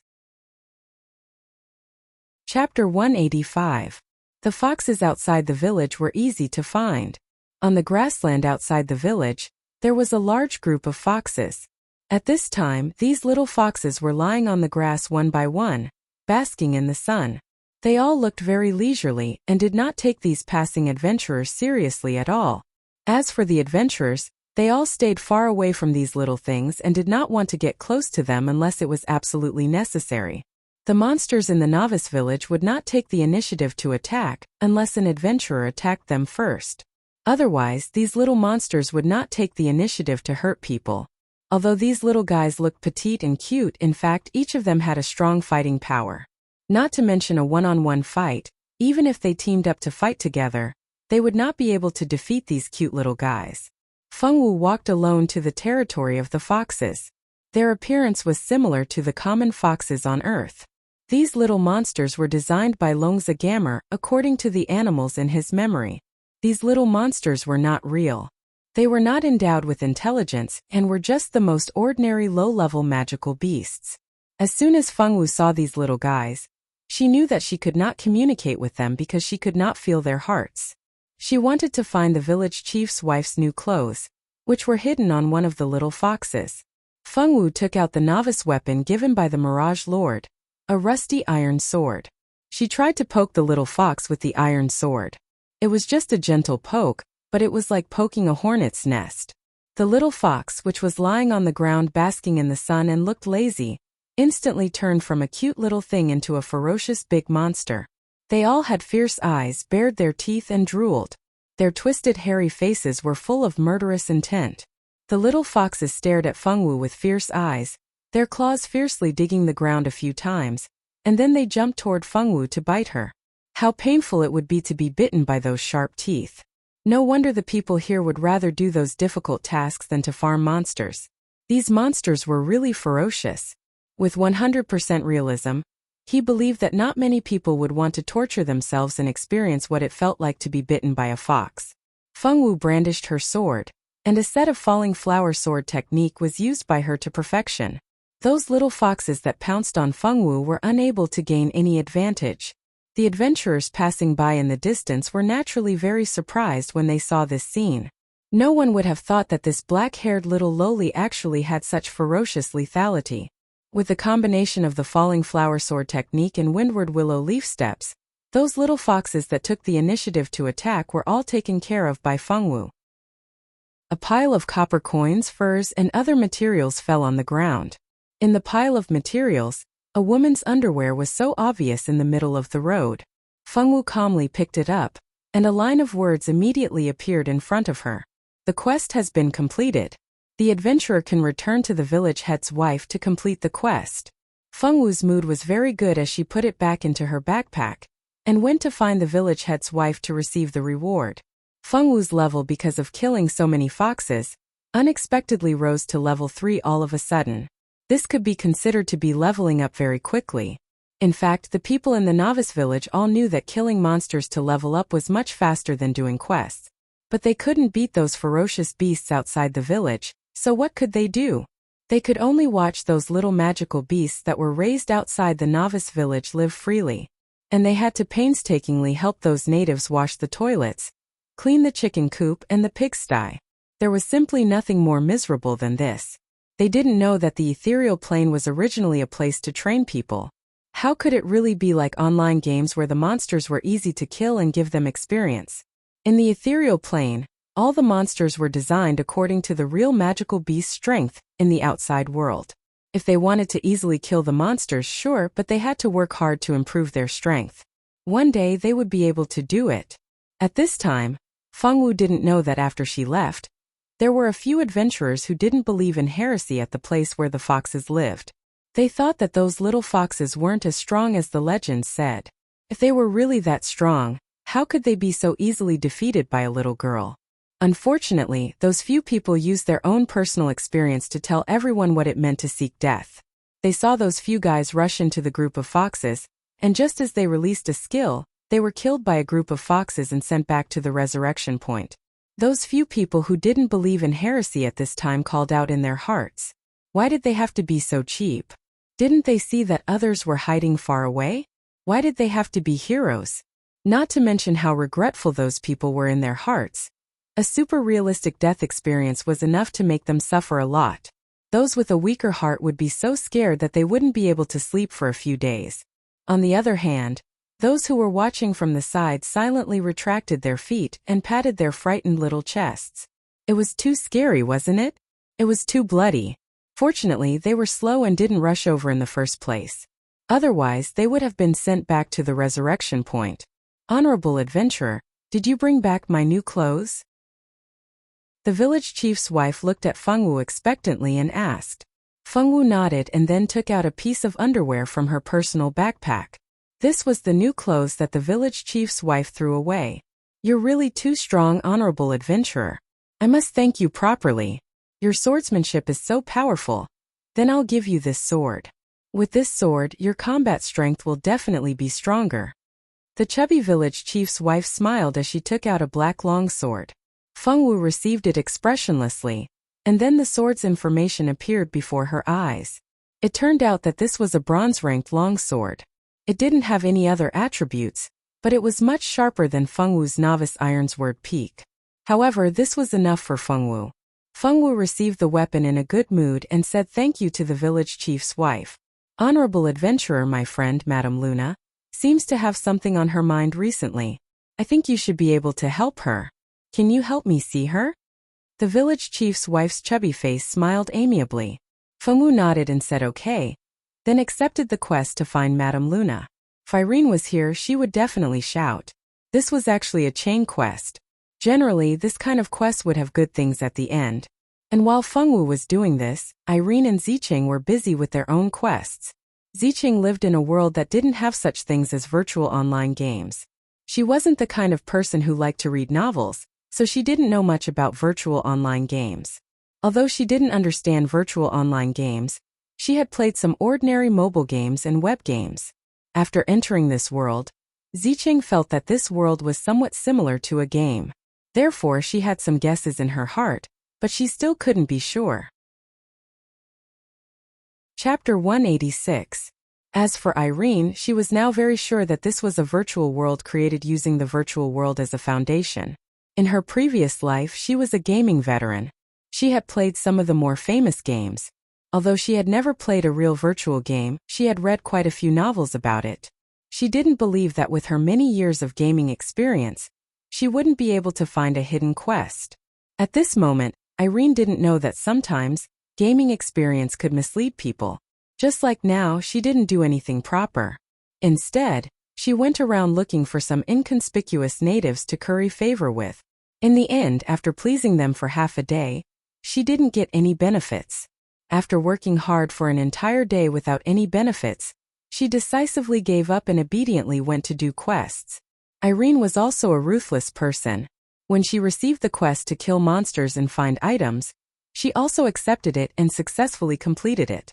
She received a bronze staff and a follow-up quest. Congratulations on reaching level 10. You can now head to the main city and begin your adventure. After turning in the quest for the nth time, Fengwu finally reached level 10. On the last quest, she received a silver grade sword. The sword was very beautiful and looked very powerful. Fengwu stored the silver grade sword in her storage space. In her hand, she still held the bronze sword she received from the village chief's wife. She successfully left the village after 2 days through the teleportation circle. That's right, Fengwu girl had already stayed in the novice village for 2 days. During these 2 days, she had been doing quests to kill monsters. Fortunately, although the chain quests were very difficult, the rewards were also very amazing. Not only were the rewards amazing, but the experience was also higher as the difficulty increased. It was because of this that Fengwu was able to reach level 10 in a short 2 days.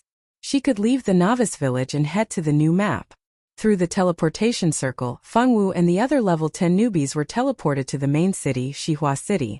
In the virtual world, there were 4 main cities: Donghua City, Nanhua City, Xihua City, and Beihua City. These 4 cities were equivalent to safe zones in the game. In these 4 cities, players could not attack anyone, or else they would be captured by the guards. During the teleportation, Fengwu didn't know which city to go to, so she randomly chose a city to teleport to. With a flash of white light, Fengwu realized that the place she was standing in had changed from an ordinary village to a bustling city.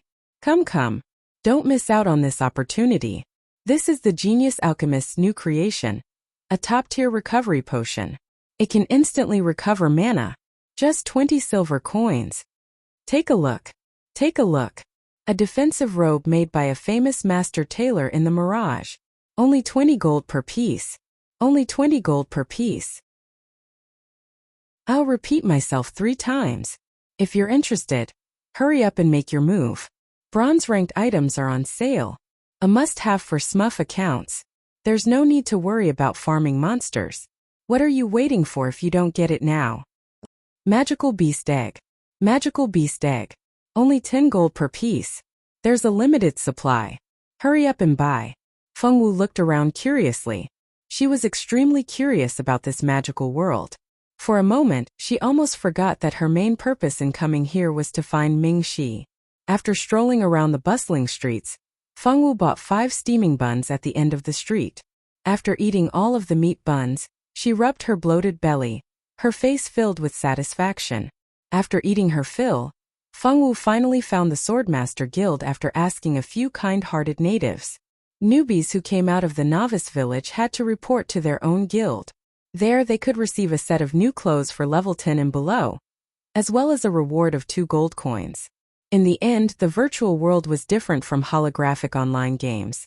The purpose of online games was to entertain and earn money from players, while the virtual world was to allow people to gain experience.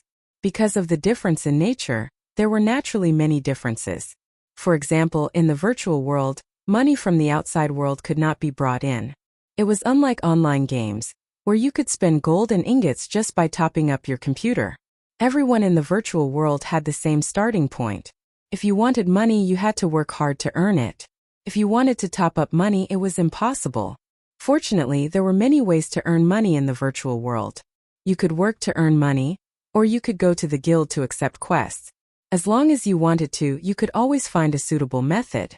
After Feng Wu found the Swordmaster Guild, she successfully reported to the Swordmaster Guild and received a new set of Swordmaster clothes, as well as a reward of 2 gold coins.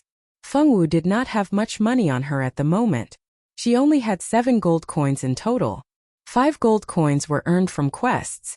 Although it was only 7 gold coins, it was enough for food. In the virtual world, there was a hunger value.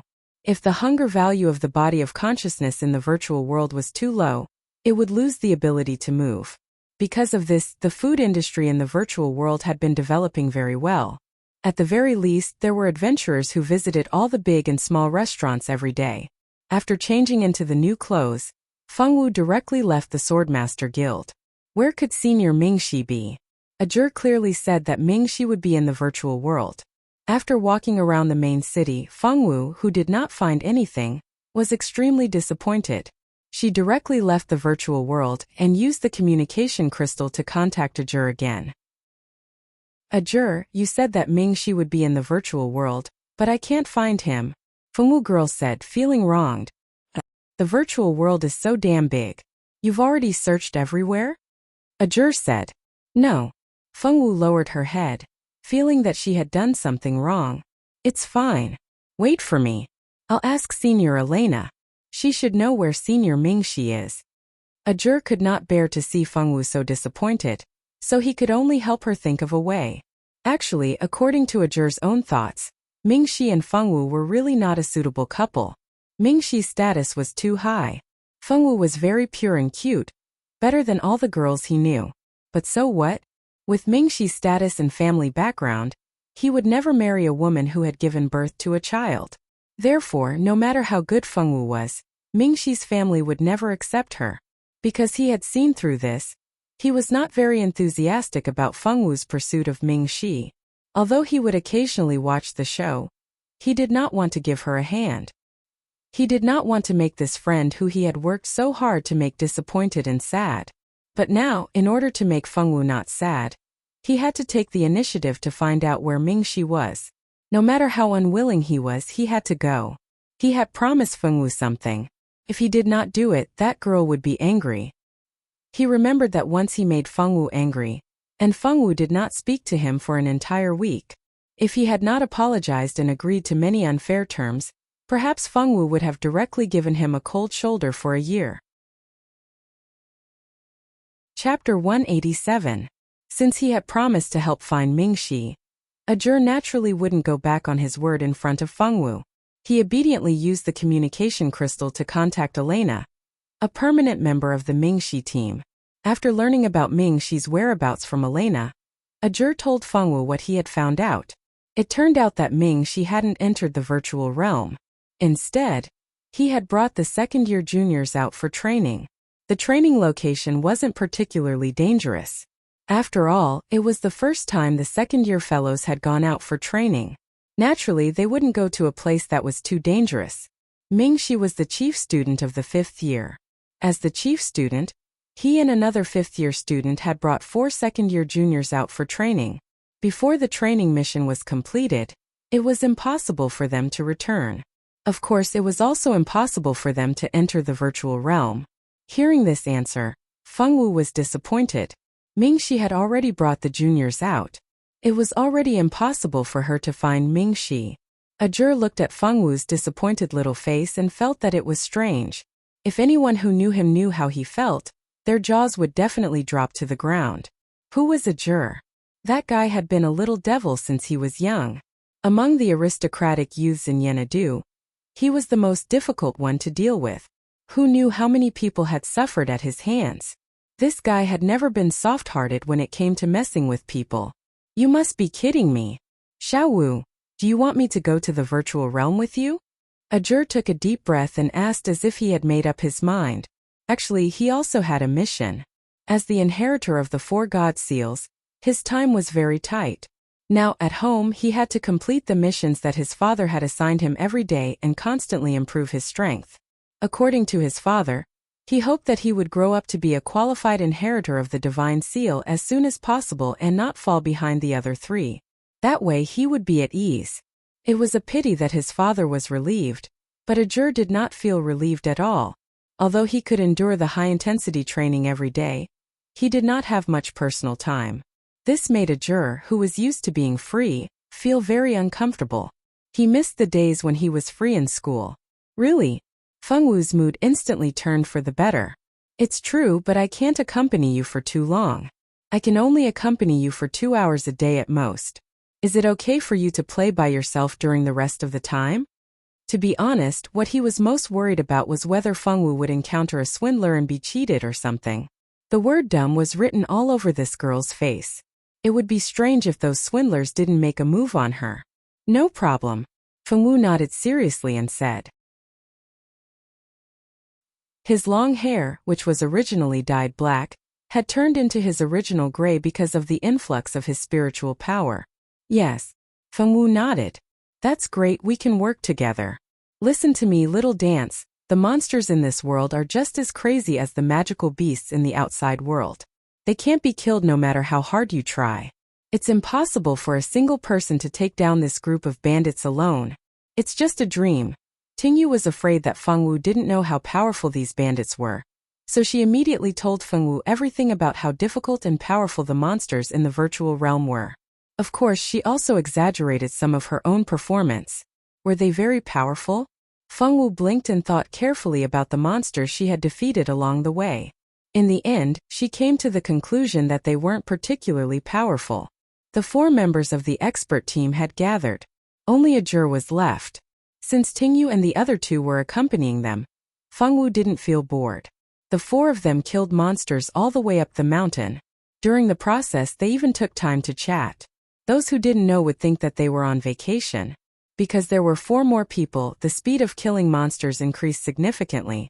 They didn't expect to meet another group of people halfway up the mountain. This group of people was frighteningly handsome and beautiful. Everyone was wearing equipment that was silver or above. It was obvious that this was a group of tycoons. Moreover, these people's levels should be very high. In short, it was impossible for them to be below level 20 like the 4 of them. Chapter 188. In the Mirage, one's level had little to do with one's strength. A high level did not mean that one's strength was also high. The benefit of reaching a high level was that one could explore higher level maps. There were many places in the Mirage that had level restrictions. Only those who had reached a certain level could go to more places. If one's level was not high enough, no matter how strong one was, it was impossible to go to higher level maps. Moreover, the higher the maps, the more benefits one could obtain. This was also the reason why there were so many people working hard to level up even though there was no relationship between level and strength. It was all for the sake of changing maps. Now that they had met a group of high-level adventurers, it seemed that they were like Feng Wu's group, here to get rid of evil. Pei Qing was wondering if he should take the initiative to greet them. Now that the 4 members of their expert team were here, he was the only one who could take on the diplomatic role.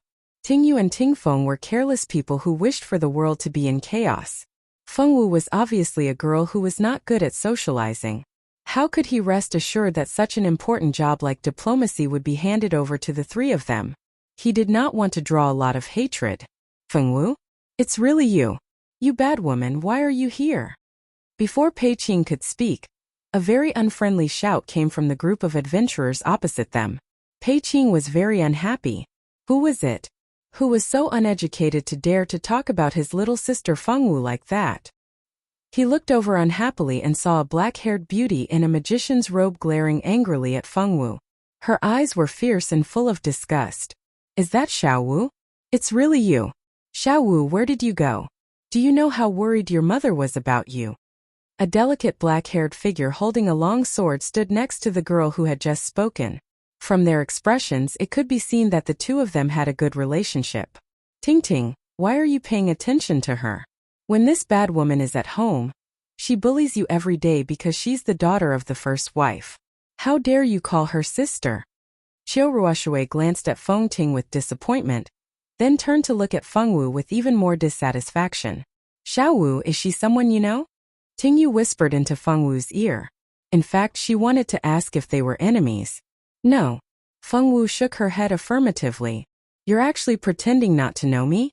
Do you think we'll forget what you've done just because you pretend not to know me? You're dreaming. Qiu Ruoshui looked at Fengwu with disdain. She had a smug expression on her face that said, I've already seen through your scheme. Xiaowu, what did you do? Who is stopping you here to scold you? Tingfeng was very curious.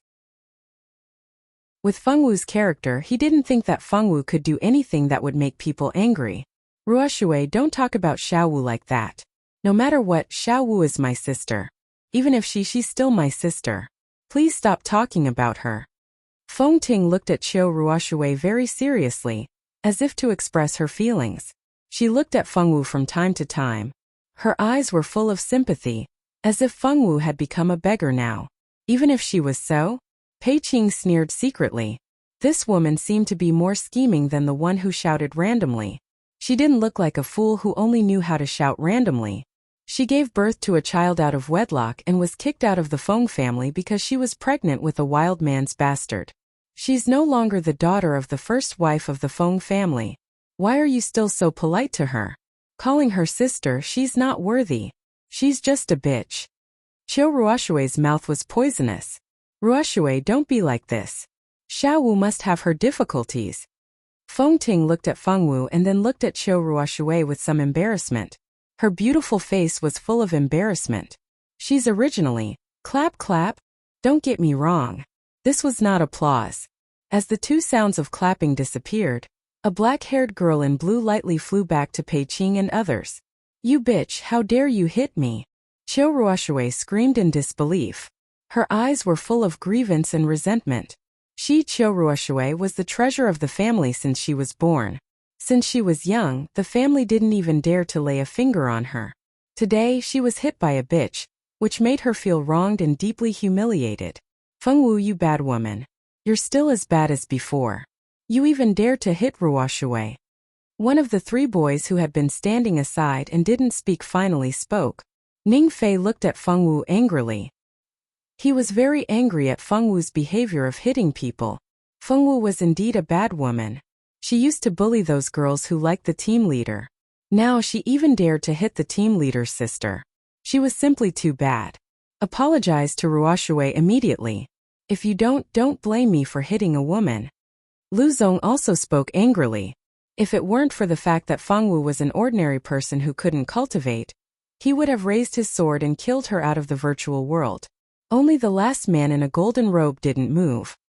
His eyes were slightly lowered, and there was a flash of light in his eyes. When Qiu Ruoshui angrily rushed to provoke Fengwu because she saw her, Jin Li noticed a problem.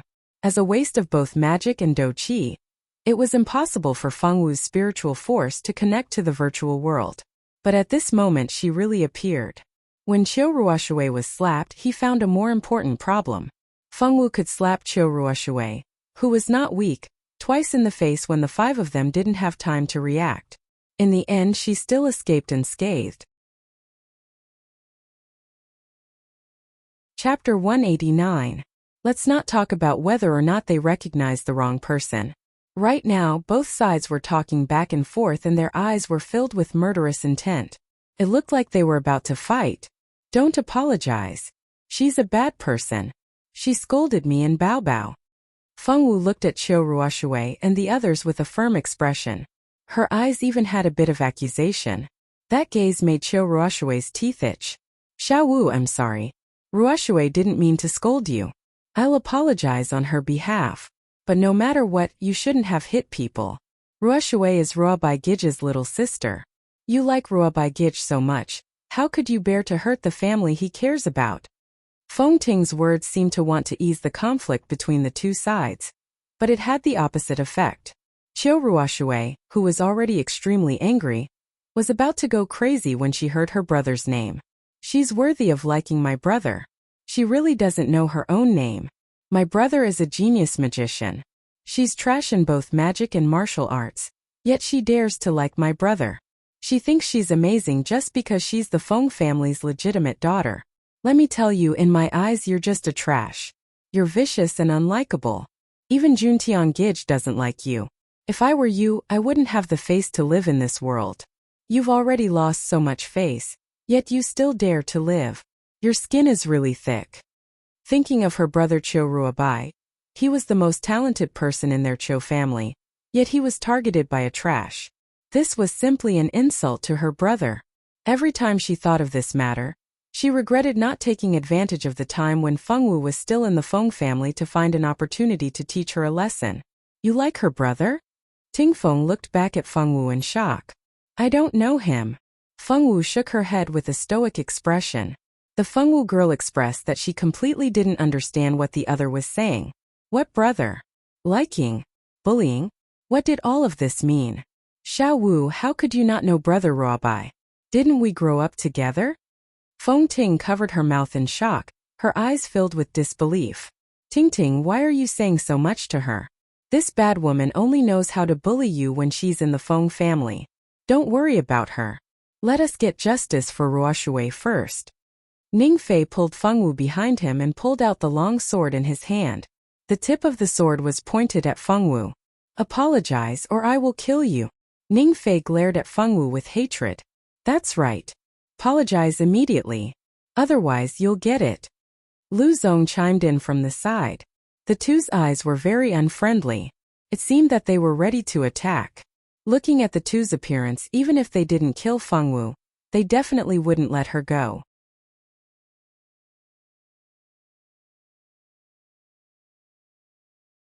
Chapter 190. She finally followed the people her grandfather sent and found the village where Fengwu was. After Qinglian and the others left, she bribed a group of fierce bandits to rob the village. She thought Fengwu was dead this time. She didn't expect to hear from her grandfather that Fengwu was still alive. How could her life be so tough? She escaped death twice. Now not only was she alive, but she also knew a few friends who didn't seem to be simple. Why could Fengwu get what she wanted so easily, but she had to scheme everywhere? Was it just because Fengwu was the daughter of the first wife? She refused to accept it. Except for being the daughter of the first wife, she was inferior to Fengwu in every aspect. She would not lose to Fengwu. Fengwu, as long as I, Feng Ting, am alive, you can forget about returning to the Feng family. Don't even think about it in this lifetime. Qiu Ruoxue and the others didn't know that the strong and independent girl in their eyes had such deep hatred in her heart. All their attention was now attracted by the two people who were fighting. Lu Ning saw that the two were in a stalemate. He pulled out his sword and wanted to rush over to help.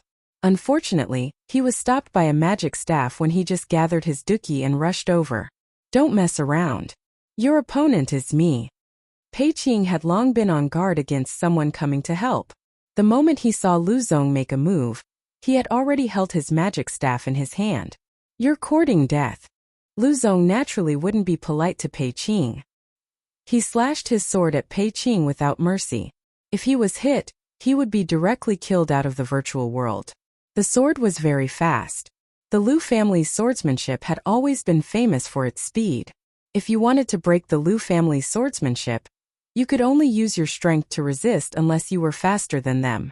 Sure enough, under the gaze of Qiu Ruoxue and the others, Lu Zong's long sword directly cut Pei Qing's head and split him in half. Lu Zong, you're awesome! Qiu Ruoxue shouted happily. Unfortunately, this joy did not last long.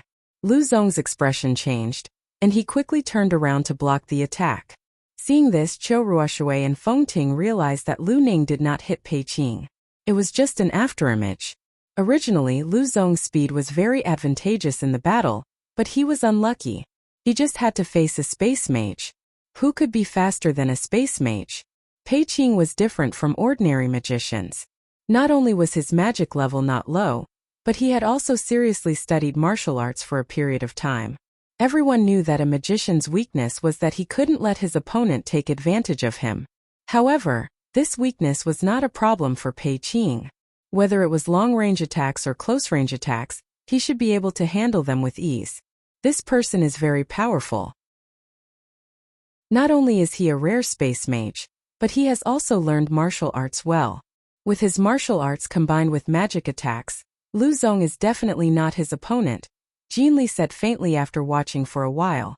Brother Li, are you just going to watch and not do anything?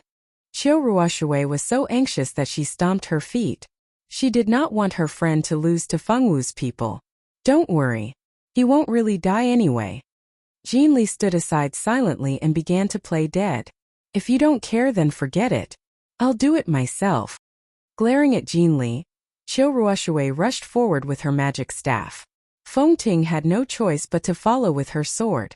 Xiao Wu, tell your friend to stop. Don't make mistakes again. Feng Ting looked at Feng Wu with heartache. The words that came out of her mouth were to push all the blame to Feng Wu. Hehe. Didn't you say that you're Xiao Wu's elder sister? Is there an elder sister like you?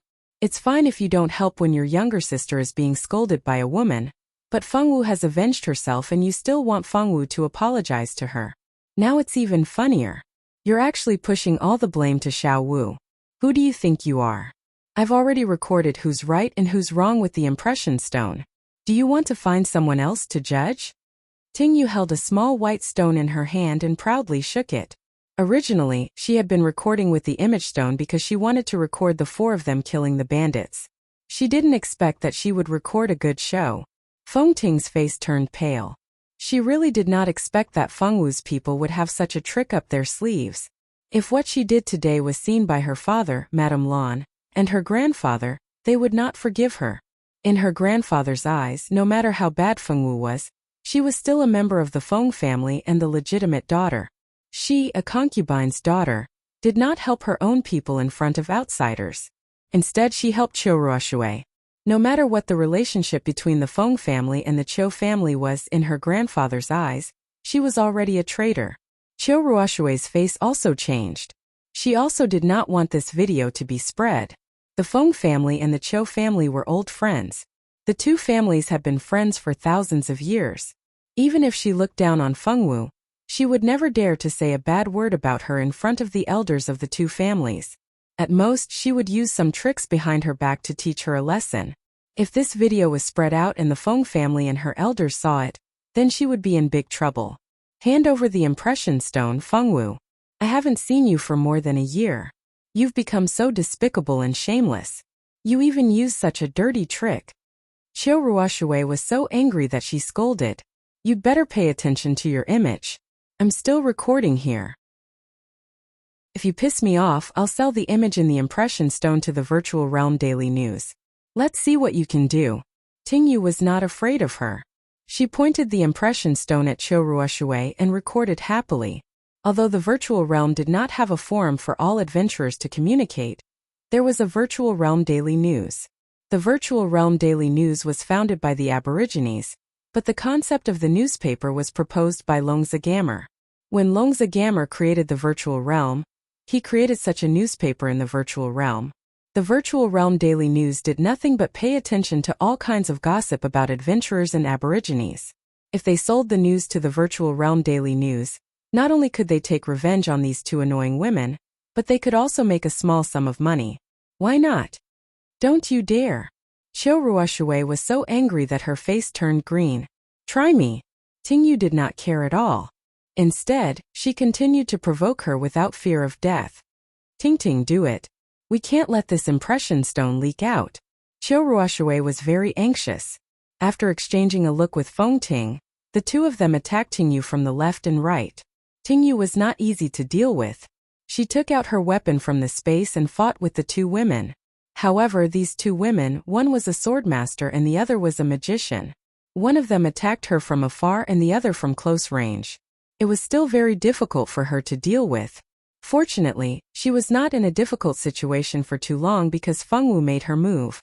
Fengwu used the 5th and 6th forms of the Luoying sword technique consecutively. She immediately lured away Qiu Ruoshui, who was helping from afar. Chapter 191.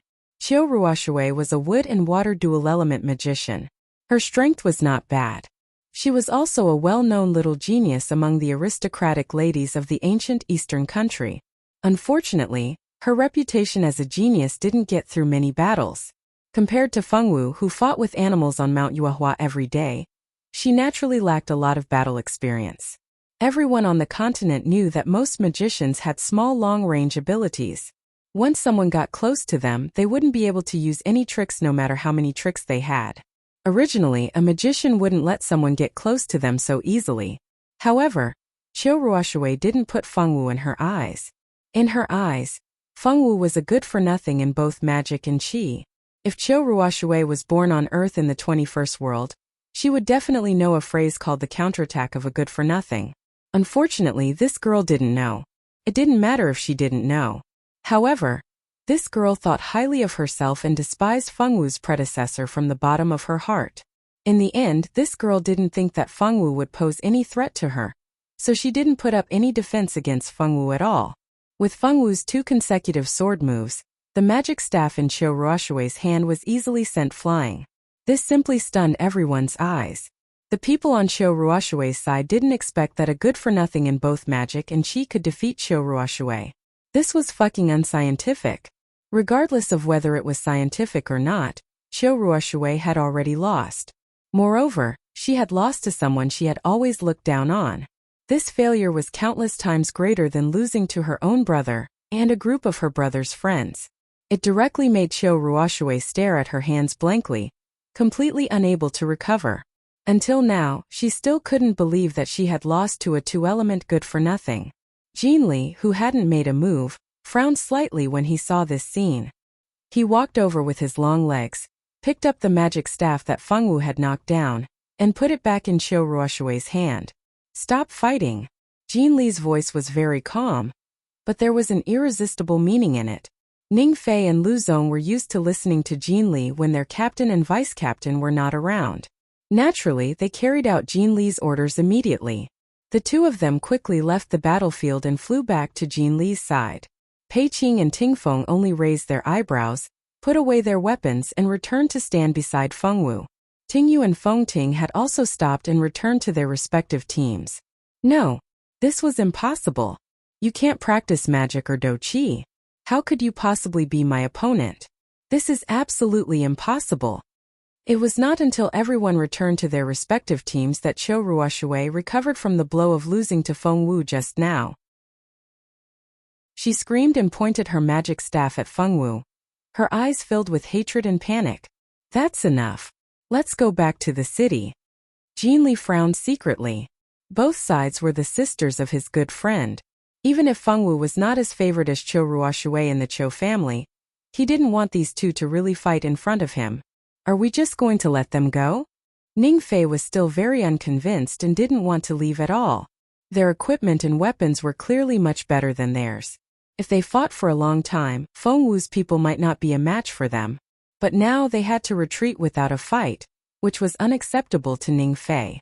Tingfeng heard the words and snorted disdainfully. What was this? Who wouldn't let go of who? Tingyu was naturally on the same side as her brother at this time. A pair of big eyes stared over impolitely, and her small face pretended to be fierce and made a strange grimace. She must be Juantian's sister. What else do you want? The implication was that even if he didn't give face to the monk, he had to give face to the Buddha. "I don't want this kind of sister." After fiercely glaring at Fengwu, Ning Fei said fiercely. Although his mouth was fierce, he had already put away his weapon. It seemed that he had thought it through. "No, we can't just let it go. She slapped me twice. Should we just let her go?" Qiu Ruoshui was very unconvinced. She had never been slapped since she was a child. If they just let Fengwu go, where would she put her face as the legitimate daughter of the Qiu family? "You also scolded her for so long. You didn't lose anything." Jinli saw it clearly from the beginning to the end. This matter was stirred up by Qiu Ruoshui from the beginning. Feng Wu's side didn't want to pay attention to it at first. If Qiu Ruoshui didn't speak more and more harshly, the following things wouldn't have happened at all. Brother Jinli, whose side are you on? Why are you helping this bitch? Qiu Ruoshui didn't expect Jinli to say this at all. Her whole face turned blue. I won't help anyone. Jinli's reaction was still indifferent. Take her away. Ruobai is still waiting for us. Let's not do this mission for now. In any case, they were doing this mission to pass time and wait for Qiu Ruobai to come up and find them. Now that the time was almost up, Qiu Ruobai should be arriving soon. Naturally, there was no need to continue doing this mission. Wait a minute, Brotherly. We have to get the impression stone back. Right now, it didn't matter whether they fought or not. The most important thing was the impression stone. This impression stone couldn't be leaked out. If it was seen by the Feng family, she would be in big trouble. Feng Ting was extremely anxious in her heart, but it couldn't be seen on her face. Qiu Ruoshui thought that Feng Ting was concerned about getting the impression stone back for her, and was secretly moved. She never thought that her best friend was only doing this for her own position in the Feng family. It doesn't matter if you don't get it back. Do you really think that they would dare to leak the contents of the impression stone if they aren't afraid that their good friend's past will be dug out by everyone? Jinli faintly smiled and said as if he had a card up his sleeve. Tingyu coldly snorted and turned her head away from them. Although she didn't want to admit it, she really didn't plan on leaking the impression stone. There were many Notre Dame du Starlight students in the virtual realm. If the contents of the impression stone leaked out, although Qiu Ruoshui's reputation would be damaged, Feng Wu's matter would definitely be brought up as well. She naturally wouldn't do such a stupid thing that would harm the enemy by 1,000 and harm themselves by 800. The reason why she took out the impression stone was only to anger the two women, who knew that there would be a smart person in the other party who saw through all her concerns. Feng Ting was originally a smart girl. Just now, she had been disrupted by the sudden incident. Now that she was reminded by Jinli, she naturally figured out the crux of the matter. Her originally worried heart finally settled down. Let's go. After Jinli finished speaking, he led the way down the mountain. Of course, the few people behind him also followed. However, before they left, whether it was Qiu Ruoshui, Ning Fei or Lu Zong, they all fiercely glared at Feng Wu and the people around her before they left. Only Feng Ting had a hesitant expression when she looked at Feng Wu. After glancing at Feng Wu awkwardly, Feng Ting also left. Suddenly, only Feng Wu's group of 4 were left on the entire mountainside. Chapter 192. The wind blew and the grass swayed in the wind. The leaves rustled, and the sun shone warmly on their bodies, brightening their moods. After the last strike, a line of words appeared in front of the 4 of them. Extermination mission completed. Adventurers, please return to Xihua City to complete the mission and receive your reward. After the 4 of them killed the bandit leader, they received a number of gold coins, weapons, and materials. It was a bountiful harvest. After they went down the mountain and completed the mission, the 4 of them split the loot and wanted to find a place to have a big meal. Although the 4 of them weren't rich, the hotels and restaurants in the virtual dimension weren't too expensive. They had just made a small fortune from the mountain bandits and received the mission reward when they handed in the mission. Although their wallets weren't too big, they weren't too flat either. They could afford to go to a restaurant and have a big meal. The 4 of them chose a restaurant that looked decent and went in. They asked the waiter to bring them to a private room on the 2nd floor. The 4 of them ordered a table of dishes and were ready to eat. While waiting for the dishes, the 4 of them naturally chatted. Xiaowu, when did you come to the virtual dimension? Tingyu asked curiously as she held Feng Wu's hand. 3 days ago. Feng Wu thought about it expressionlessly. Seemed like it had been 3 days. Then we came earlier than you. We've been here for 7 days. I didn't expect that we would be so fated to meet in the same city in the virtual dimension. There are 4 main cities in the virtual dimension, and there's a 1 in 4 chance of meeting each other. We really are fated, Tingfeng said. Xiaowu, aren't you curious as to why we have the sensor stone? Pei Qing saw that Feng Wu had not asked this question, so he decided to lead Feng Wu to ask first. Mission reward, Feng Wu said matter-of-factly. Pei Qing almost spilled the tea in his hand, and Ting Feng choked on her own saliva. Ting Yu's jaw almost fell to the ground. The three of them looked at Feng Wu in disbelief. When did Feng Wu have the ability to predict the future? They hadn't seen each other for a while, but she knew so clearly what they hadn't talked about. This was too godly. How did you know? Ting Feng stuttered. A jur told me, Feng Wu girl said seriously. Boss, a jur was already so godly? Or was it that the captain had been paying attention to them? It turned out that the captain cared so much about them. He even knew that they had completed a mission and obtained 3 high-level sensor stones. He was too amazing. As expected of the inheritor of the 4 god seals, the 3 of them didn't think that this was actually a beautiful misunderstanding. When Feng Wu and Ajur had talked about the sensor stone, Ajur had said that the sensor stone was rarely sold. If one wanted to obtain a sensor stone, it was usually obtained through completing a mission. In school, other than the elementary sensor stone that was given out at the beginning, if one wanted to obtain a higher level sensor stone, they could only obtain points through the school's missions. Once they had accumulated a certain amount of points, they could use the points to exchange for a better sensor stone. As for how good the sensor stone was, it depended on how many points you had. In other places like the royal family and a few large families, the sensor stones were distributed in a similar way. So when Pei Qing asked Feng Wu why they had obtained the sensor stone, Feng Wu said that they obtained it from completing a mission. In fact, she didn't finish her sentence. What she meant was that they exchanged it for points through completing a mission. Because Feng Wu didn't explain clearly, Pei Qing and the others misunderstood. The 3 of them thought that Ajur was actually still concerned about them. It had to be said that this was a beautiful misunderstanding.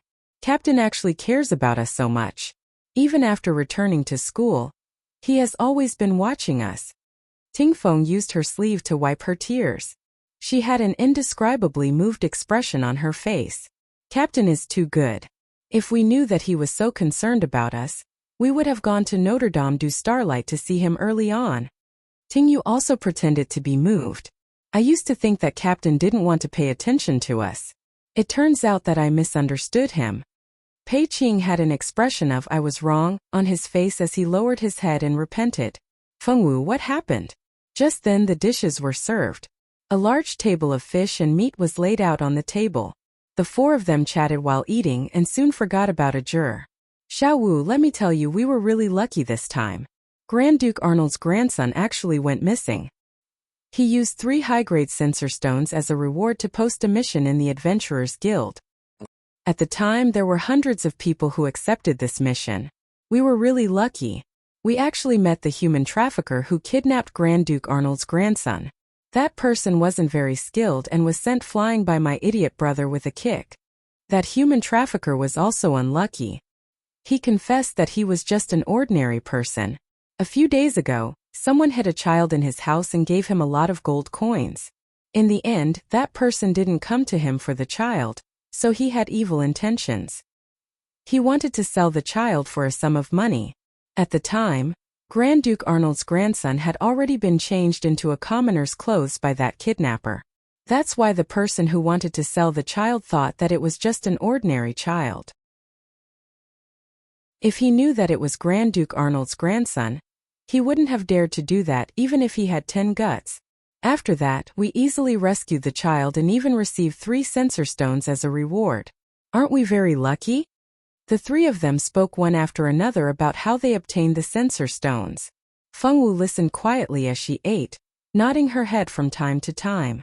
After the meal, Ting Feng and the other 2 left the ethereal realm because they had other matters to attend to. Feng Wu, on the other hand, continued to wander around the ethereal realm. After a round, she ran out of the city to look for trouble with those humanoid monsters. Compared to beast-shaped monsters, Feng Wu preferred humanoid monsters because beast-shaped monsters reminded her of her animal friends. She didn't think too much about humanoid monsters and didn't hesitate to kill them. Her efficiency was much higher than killing beast-shaped monsters. That girl is so powerful. She can actually kill so many humanoid monsters by herself. Not far away from Feng Wu, 2 boys and 3 girls happened to be looking in Feng Wu's direction. One of the girls even pointed at Feng Wu and exclaimed in surprise. The 3 girls were second-year students in the Notre Dame du Starlight's pharmacy department. They didn't have strong combat abilities, So the first thing they did after arriving in the ethereal plane was to find some strong men for them to rely on. The three of them were originally beauties, and with the Notre Dame du Starlight signboard, they actually found some spendthrifts who were willing to help them level up. Chapter 193. The two boys behind them were attracted by their status as Notre Dame du Starlight students and their beauty. What's so great about her? She's at least 30 years old. It's not strange for her to have such strength at such an age, another girl said with jealousy and disdain. I don't think so. She looks like she's only in her teens, the last girl said weakly. You idiot. Can't she use a prop? There are many props in the virtual world that can change one's appearance.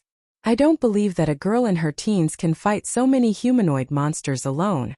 Don't underestimate a woman's jealousy. Some women hated someone for no reason. Stan, do you think that person used a prop?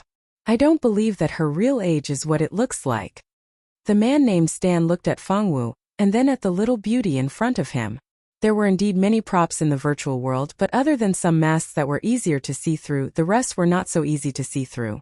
He really couldn't tell whether the girl in front of him used a prop or not. It's hard to say. If she used a high-level prop, then it wouldn't be visible to the naked eye, Stan said after some consideration. Wait a minute. Why do I feel like I've seen this girl somewhere before? One of the girls suddenly said.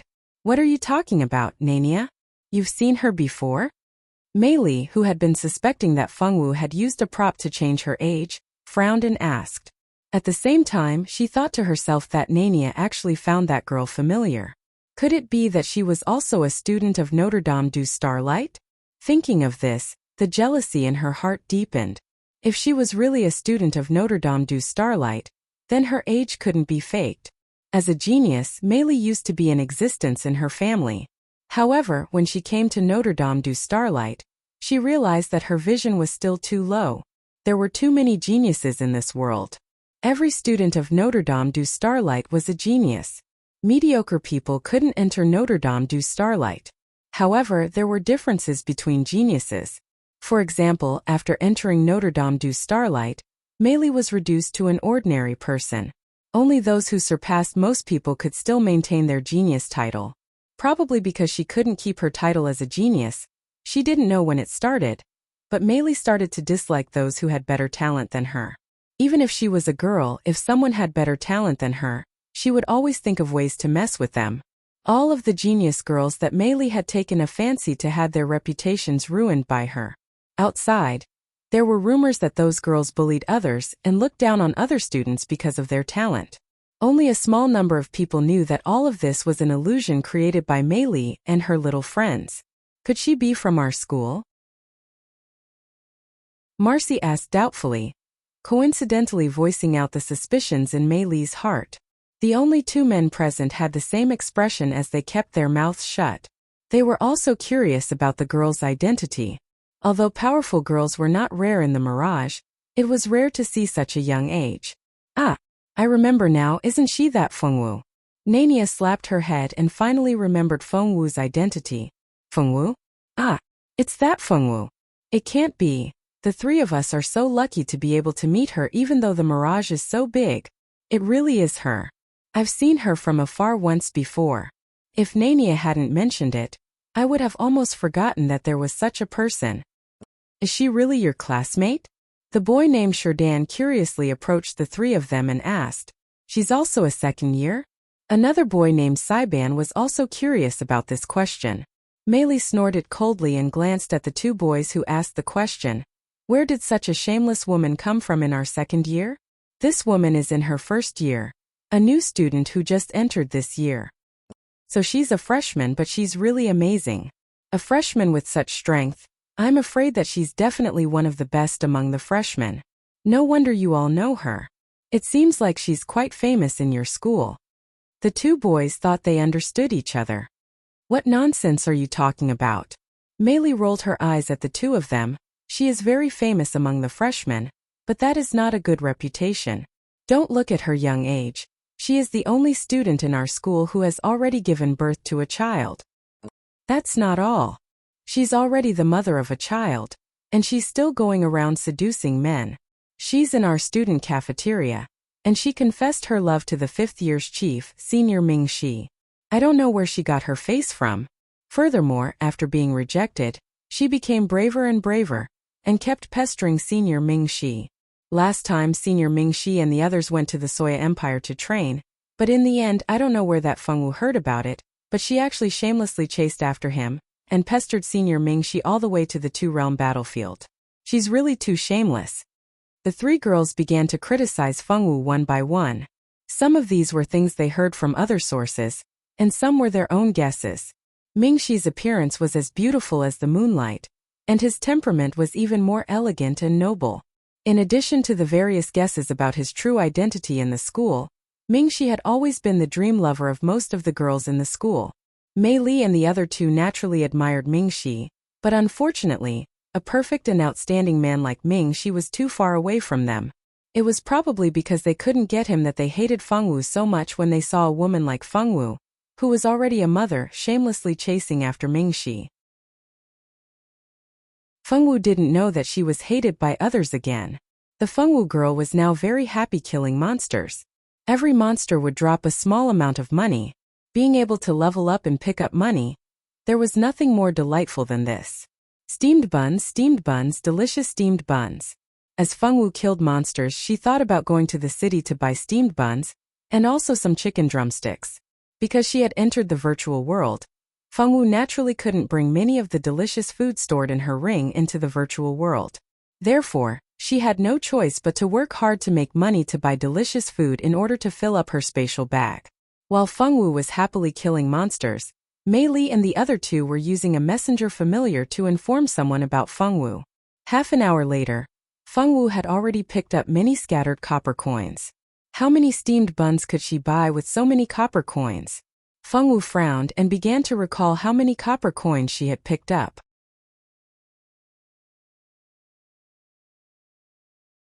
Chapter 194. Big sister, can you bring me along? I don't know how to level by myself. A soft and cute baby voice suddenly sounded behind Fengwu.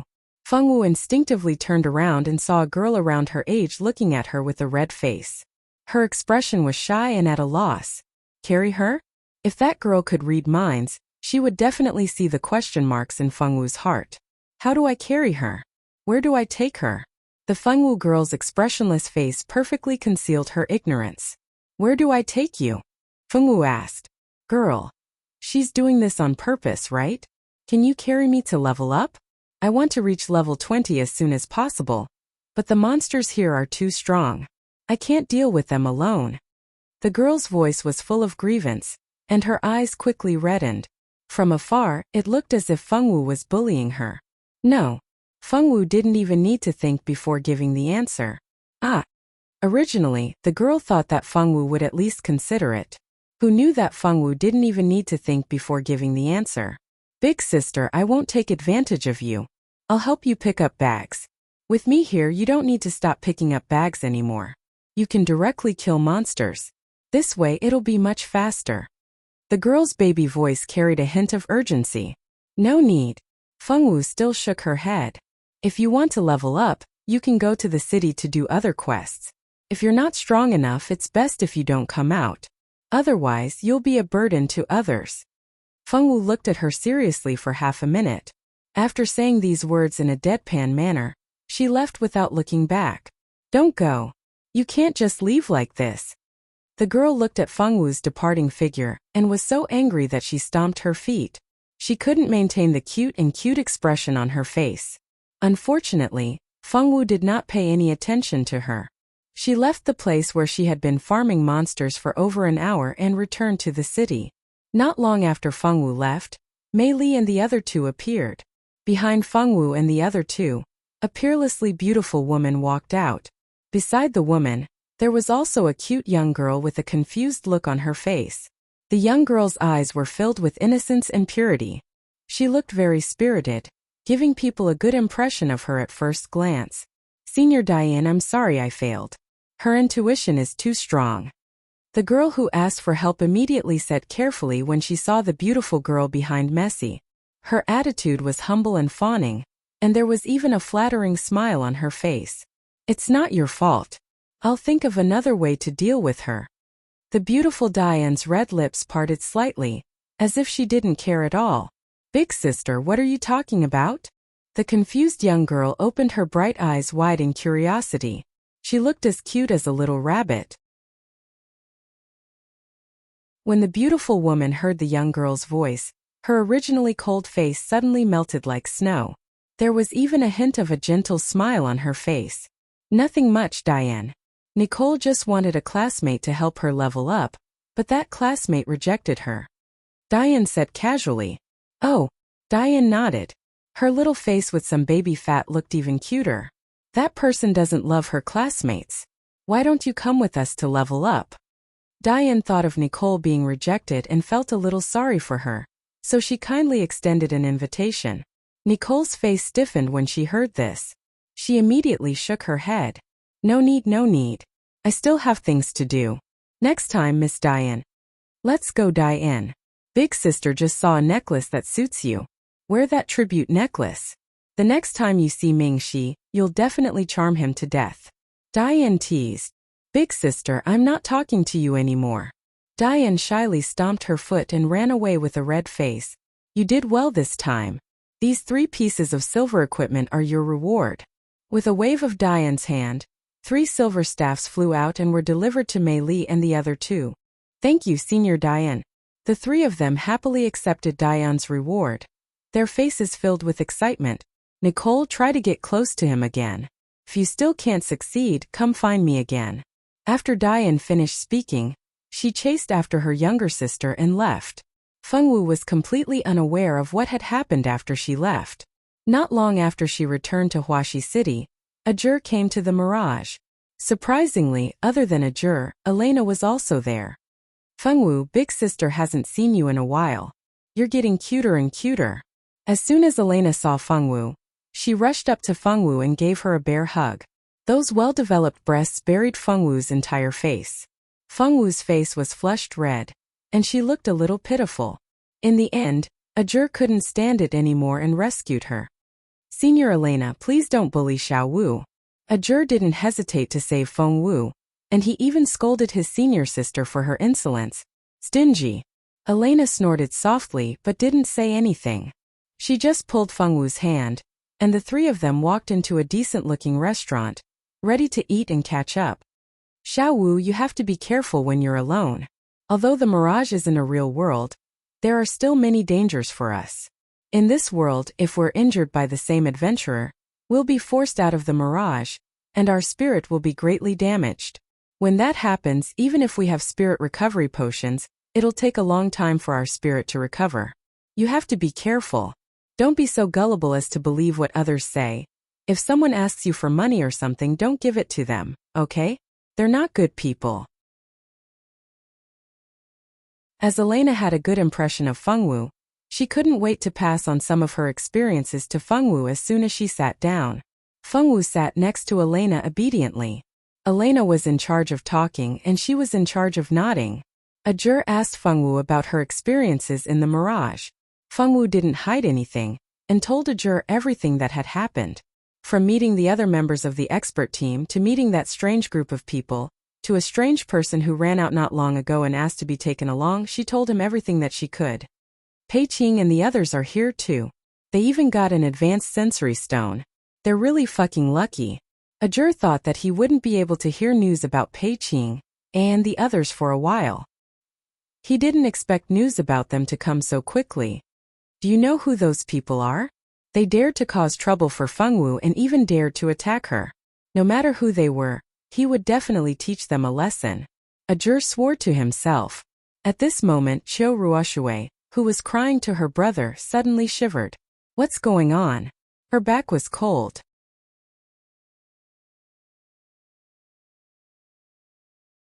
Chapter 195. Fengwu shook her head innocently. I don't know them. I don't like them. Fengwu's animal instincts told her that she did not have a good impression of them. Got it, Ajur sneered. Tell me if you see them again. I'll help them loosen their muscles. Fengwu nodded obediently, indicating that she would do as she was told. Xiao Wu, if someone asks you to carry their level in the future, you mustn't agree. Our main goal in the Mirage is to train ourselves. If you carry them, you won't be helping them. Instead, you'll be hindering their development, Elena said worriedly to Fengwu. I know. I won't carry them, Fengwu said. Oh right. Why didn't you carry that girl? Since when did Fengwu become so smart? She actually knew how to reject other people's attempts to take advantage of her. Elena was pleased to see that Fengwu had grown a lot after not seeing her for a while. However, she soon realized that she was overthinking things. The Fengwu girl was still the same girl. She had not grown at all.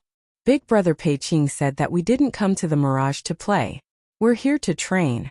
If we want to become stronger, we have to rely on ourselves. We can't rely on others and we can't let others rely on us, Fengwu said honestly after thinking about it. In reality, Pei Qing had not said all this because he had such high awareness. Instead, he was afraid that Fengwu girl would be taken advantage of when they were not around. That would be very bad. That was why he had said all this in advance. He did not want others to see Fengwu's naivety and take advantage of her.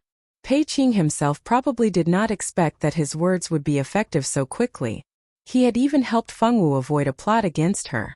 Elena and Ajur did not expect that Fengwu had suddenly become so smart because Pei Qing had already spoken to her. The two of them simultaneously gave Pei Qing a thumbs up in their hearts. This guy was quite reliable sometimes. Elena did not stay in the Mirage for too long. She left after meeting Fengwu and the others for a meal. Just as Pei Qing had said, they still had to rely on themselves to train in the Mirage.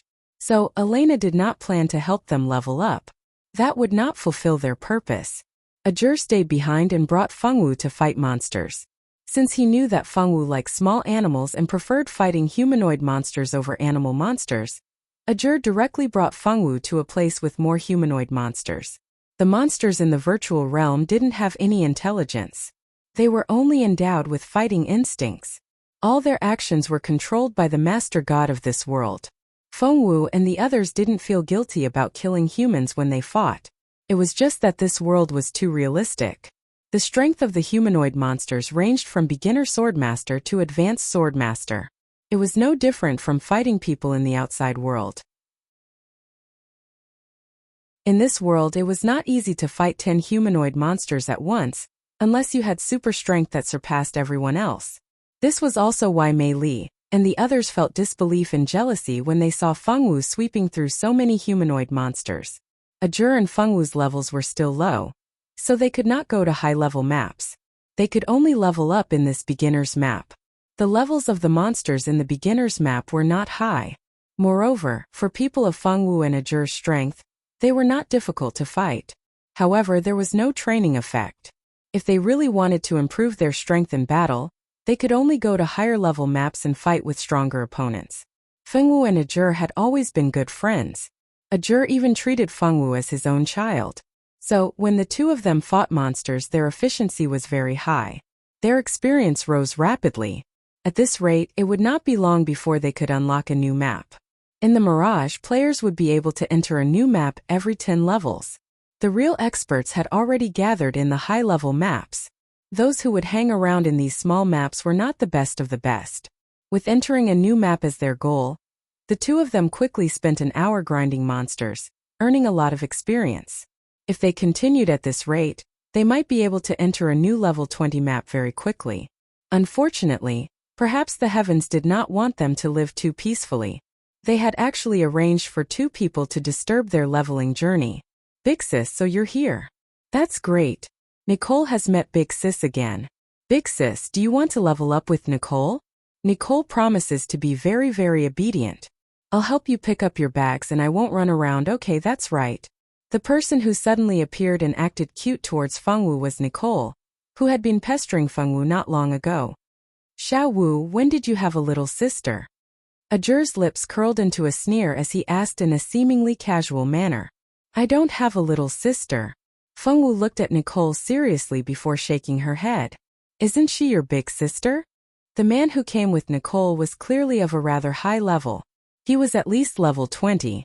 As they were unable to use inspect on someone who was 10 levels higher than them, Fengwu and Ajur were naturally unable to determine the level of this man who came with the woman who called herself Nicole. At that moment, the man, who seemed to be of a higher level, was looking at Nicole and Fengwu in confusion. His rugged face was filled with confusion. He did not seem to understand why one of them kept calling Nicole Big Sis, while the other refused to admit that they were sisters. Big brother, are you saying that if I call you Big Brother now, you'll really become my big brother? Ajur sent a humanoid monster flying with a kick as it tried to ambush him. That makes sense. The boorish man nodded. He actually seemed to agree.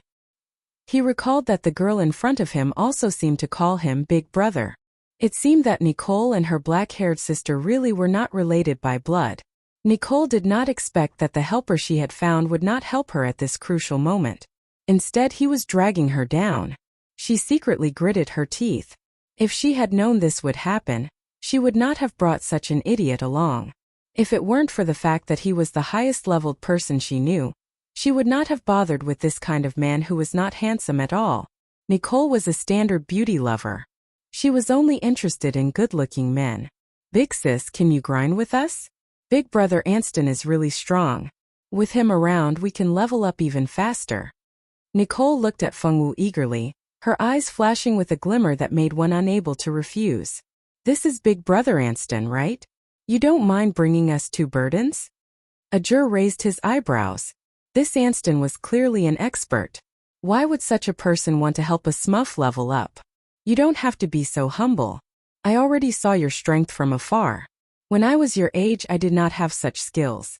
How can this kind of strength be called a burden? Anston waved his hand, looking at Fengwu and Ajur with a hint of admiration.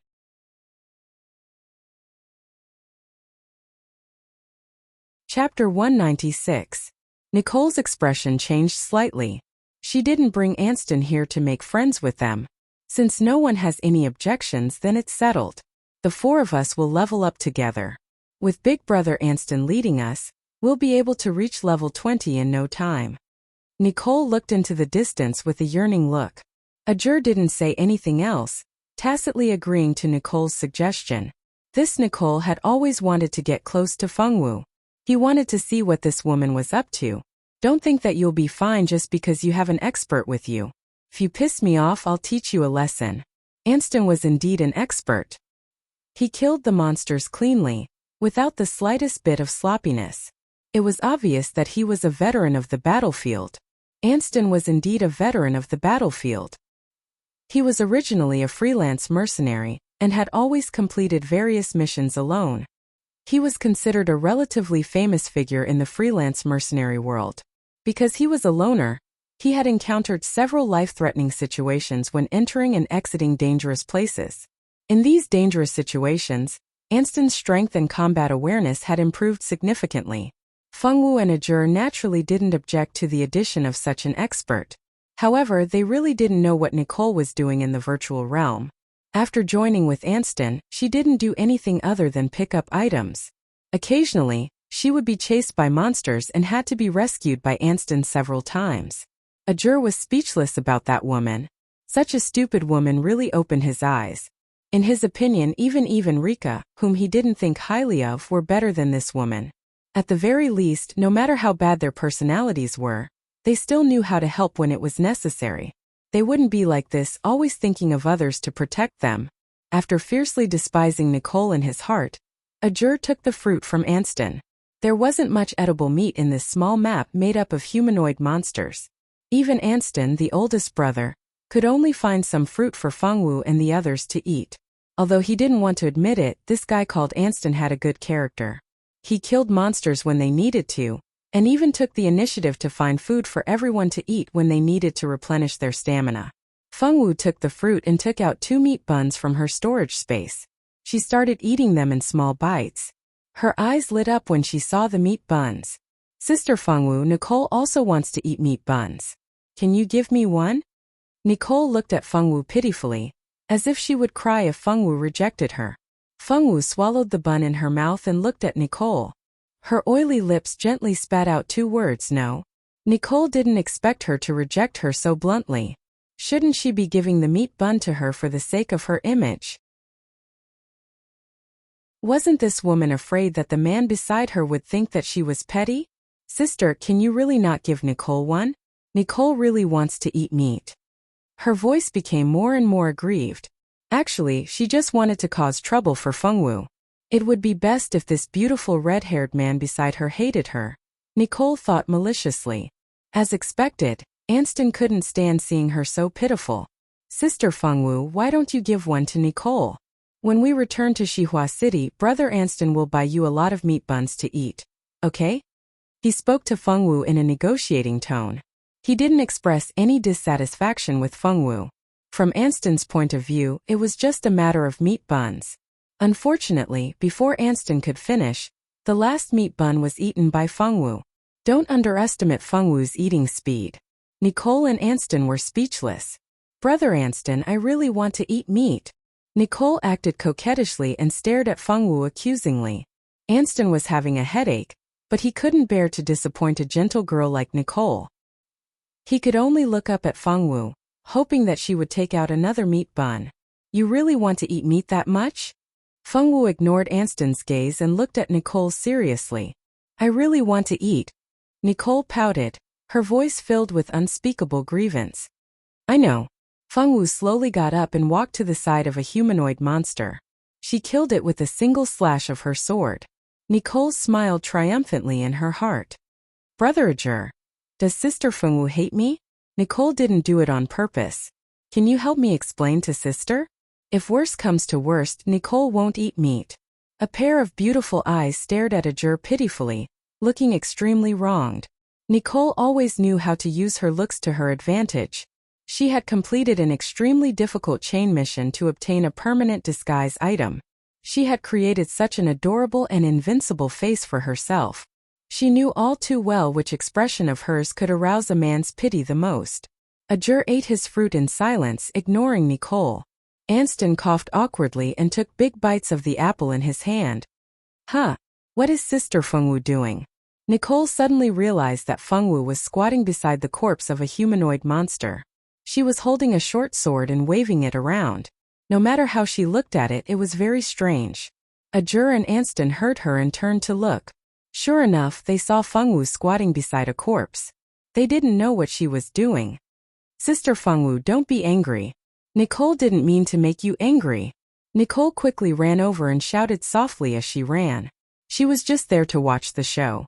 Nicole thought that Fengwu had come here to abuse the corpse to vent her anger, because she wasn't as popular with men as she was. Of course, she had to come and watch this kind of joke to her heart's content. Since Fengwu dared to refuse her, she would make Fengwu be hated by all men.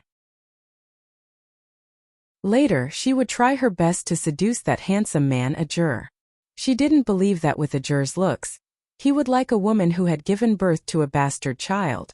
When the time came, as long as he discovered her charm, she would be able to make him grovel at her feet. The more Nicole thought about it, the more beautiful it became. Sister Fengwu, what are you doing? Anston walked over with Ajur. Ajur was also a little curious, but his instincts told him that it was better for him not to know. Which part do you like?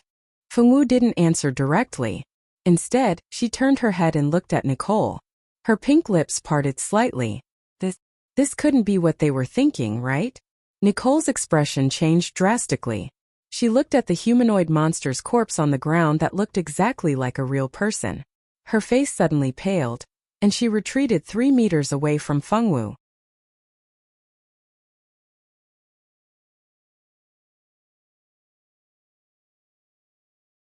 As she spoke, she picked up the apple that hadn't been touched much and started eating it in big bites. Those who didn't know would think that she had been starving for several meals. Nicole was probably frightened by Fengwu, so she became much more well-behaved after that. She didn't run around to lure monsters to save her, nor did she make some self-righteous requests. She only looked at Fengwu from time to time like she was looking at a monster, as if she was afraid that Fengwu would rush over and eat her. While Fengwu was killing monsters and leveling up in the virtual world, Madame Lan was wiping her tears as she sent her son off at the entrance of the Feng family mansion. You have to bring your sister back. Your sister is too pitiful. You have to bring her back, okay? Madame Lan urged again and again, worried. Mother, don't worry. Big brother will definitely bring Xiaowu back. Feng Ting had a decent smile on her lips as she stood obediently to the side. Madame Lan only glanced at her indifferently. She didn't say anything else. Feng Ting lowered her head sadly, looking a little pitiful. Feng Juntian saw this scene and frowned slightly. He wanted to say something to his mother for this stepsister of his, but he remembered that it wasn't easy for his mother either. As a junior, he didn't have the right to say anything bad about his mother.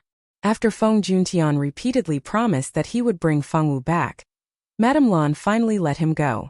Feng Ting watched as Feng Juntian left. Feng Ting wanted to help Madame Lan in, but Madame Lan ignored her outstretched hand. She wiped her tears as she silently walked into the Feng family mansion. Feng Ting lowered her head, feeling wronged.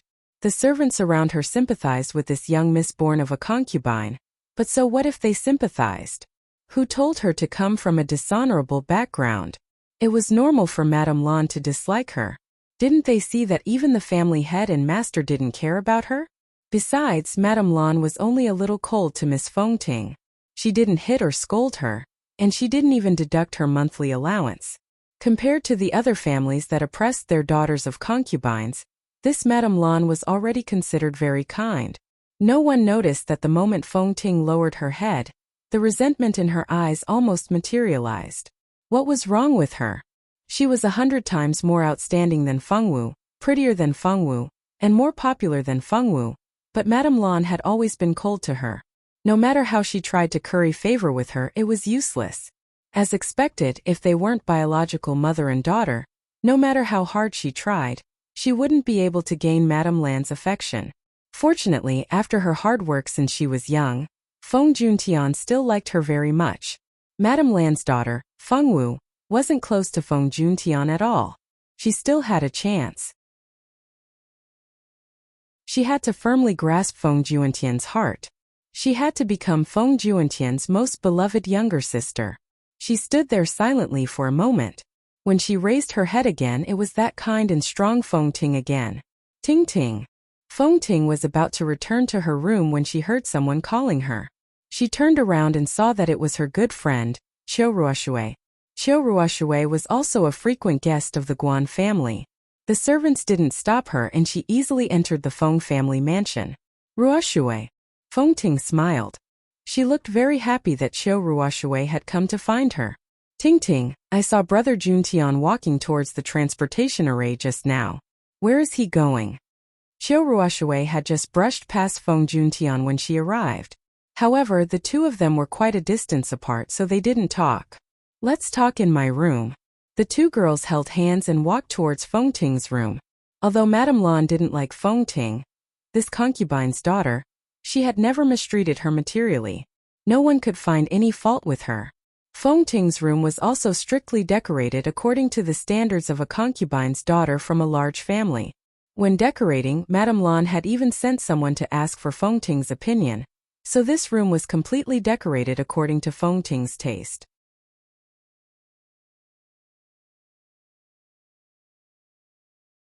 Chapter 198. Sometimes, Feng Ting would rather Lady Lan be like the legitimate mothers of other families and mistreat the children of concubines. That way, she could find a chance to act pitiful in front of her grandfather and father, and sow discord between them in front of her brother. Unfortunately, this Lady Lan did not do anything wrong. She still remembered when she first returned to the Feng family. She saw Lady Lan crying all day and thought that she was weak and easy to bully. She even wanted to find a chance to make her father hate her, and let her biological mother have the chance to take the position of the legitimate wife. That way, she could go from being a concubine's daughter, who was not liked by people, to the legitimate wife. After staying in the Feng family for a long time, she found out how naive her original thoughts were. As long as Feng Juntian was here, Lan Xiaodai could not step down. The mother of the future head of the family had to be the legitimate wife. Even if her father really hated Lan Xiaodai, he could not bring her mother into the family. Just her grandfather alone would not be enough. As for Lan Xiaodai, although she cried all day, she really did not do anything wrong. Also, when there were outsiders, she could act in line with the elegance and nobility of the Feng family's head madam. In these years in the Feng family, even she had to admit that Lan Xiaodai was much more outstanding than her mother. Her mother, who was a servant, could not catch up to her.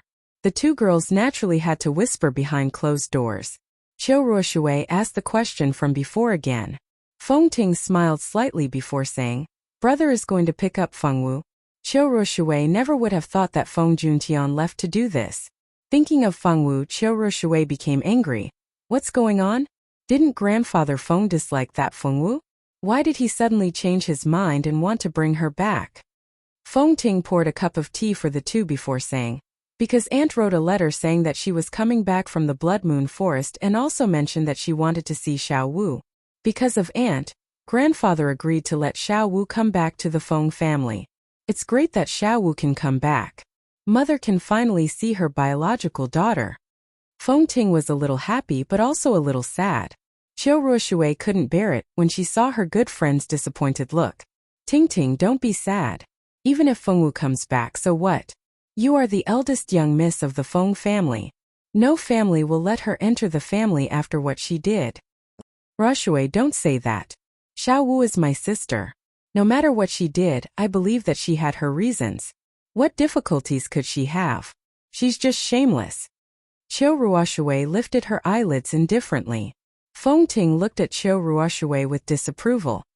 Alright, I won't talk about it, okay? And most, I won't talk about your sister. Let's talk about your aunt. Your aunt is really coming back. When I was young, I admired Aunt Tianqing the most. When will she arrive? Will she return to the Blood Moon Forest this time? When Qiu Ruoshui mentioned Feng Tianqing, her eyes sparkled as if she was looking at her idol. She should arrive in a few days. Aunt will stay for a long time this time. It doesn't look like something happened in the Blood Moon Forest. This time there should be someone to replace Aunt. Something happened. What happened? Is Aunt Tianqing all right? Thinking that her idol might be injured, Qiu Ruoshui was anxious. She should be fine. However, the people who guarded the Blood Moon Forest with Aunt Tianqing are either dead or injured. Aunt Tianqing has guarded the Blood Moon Forest for 20 years. It's time for someone else to go. That's why she brought cousin Yinran back. You mean Feng Yinran? She's coming back. I haven't seen her for many years. I don't know if she's as beautiful and cute as when she was young. Thinking of Feng Yinran, Qiu Ruoshui thought of a little girl as beautiful as a doll. She should be as beautiful as when she was young. I haven't seen little sister Yinran for a long time. I really miss her. Thinking of Feng Yinran, Feng Ting's eyes dimmed. Feng Wu was the Feng family's first wife's daughter. She was highly valued by her grandfather and father. However, Feng Yinran was an illegitimate daughter with an unknown father. She was more favored than all the younger generation in the family. It would be strange if she liked Feng Yinran. Of course she wouldn't show such thoughts. She was the kind and brave Feng Ting. Naturally, no one noticed the conversation in Feng Ting's room. At this moment, Feng Juntian had already passed through 2 teleportation arrays and finally arrived at the central city. Feng Wu didn't know that her cheap brother had already come to the central city to find her. She had just come out of the mirage and was enjoying the delicious lunch made by Tian Yu. She was only halfway through her lunch when she was interrupted. Xiao Wu, big brother is here to pick you up. When Feng Juntian saw Feng Wu in a blue dress, he suddenly felt his eyes sting. At this moment, Feng Juntian felt unprecedentedly nervous. He couldn't stop thinking about her reaction. Would she scold him? Would she chase him out with a broom? Or would she just ignore him? All kinds of guesses flashed past Feng Juntian's mind. However, he never expected that after hearing his words, Feng Wu would put down her bowl and chopsticks and throw herself into his arms. The little hand that had taken the drumstick was still tightly hugging his waist. The greasy little hand had left 2 greasy marks on Feng Juntian's white robes. The corners of Tian Yu's mouth twitched. She should at least wipe her hands. How expensive was that set of clothes? How could she use it to wipe her hands? Fortunately, Feng Juntian didn't care if his clothes were stained. He hugged Feng Wu back as his heart swelled. He really didn't expect that Feng Wu would take the initiative to hug him. Feng Wu had never been close to him since they were young. Every time he wanted to get close to this little sister of his, Feng Wu would hide far away from him. This was the first time in his life that his little sister took the initiative to hug him. What should he do? Big brother. Feng Wu was in a good mood. She finally met her big brother. Her big brother was so handsome. Good girl. He patted his little sister's head. Xiaowu, will you go home with big brother? Feng Juntian hugged Fengwu and asked carefully. However, Fengwu lifted her head from Feng Juntian's embrace. No, I can't go. Mingxi hasn't agreed to marry me. Fengwu shook her head decisively. Who is Mingxi? This was the first time Feng Juntian had heard of this name. He's Bao Bao's future father. Fengwu looked at Feng Juntian and said seriously. What? Feng Juntian was shocked. She wanted to find a father for her child. Xiaowu, what kind of person is this Mingxi? How much do you know about him? What if he's not a good person? The newly appointed sister-obsessed big brother had just acknowledged his little sister, and he was already worried sick about her.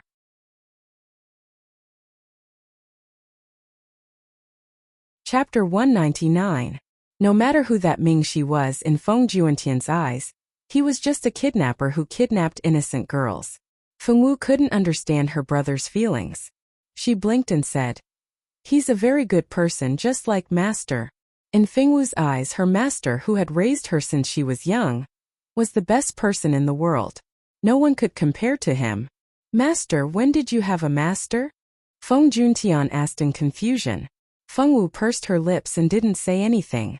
She lowered her head, leaving Feng Juntian with a black crown. What was going on? Feng Juntian fell silent. It seemed like he had touched on a topic that he couldn't talk about. It was important to change the topic. Xiaowu, no matter who that Mingxi is, go home with your brother first. Okay? Grandpa, father, and mother are still waiting for you at home. Don't you want to see them?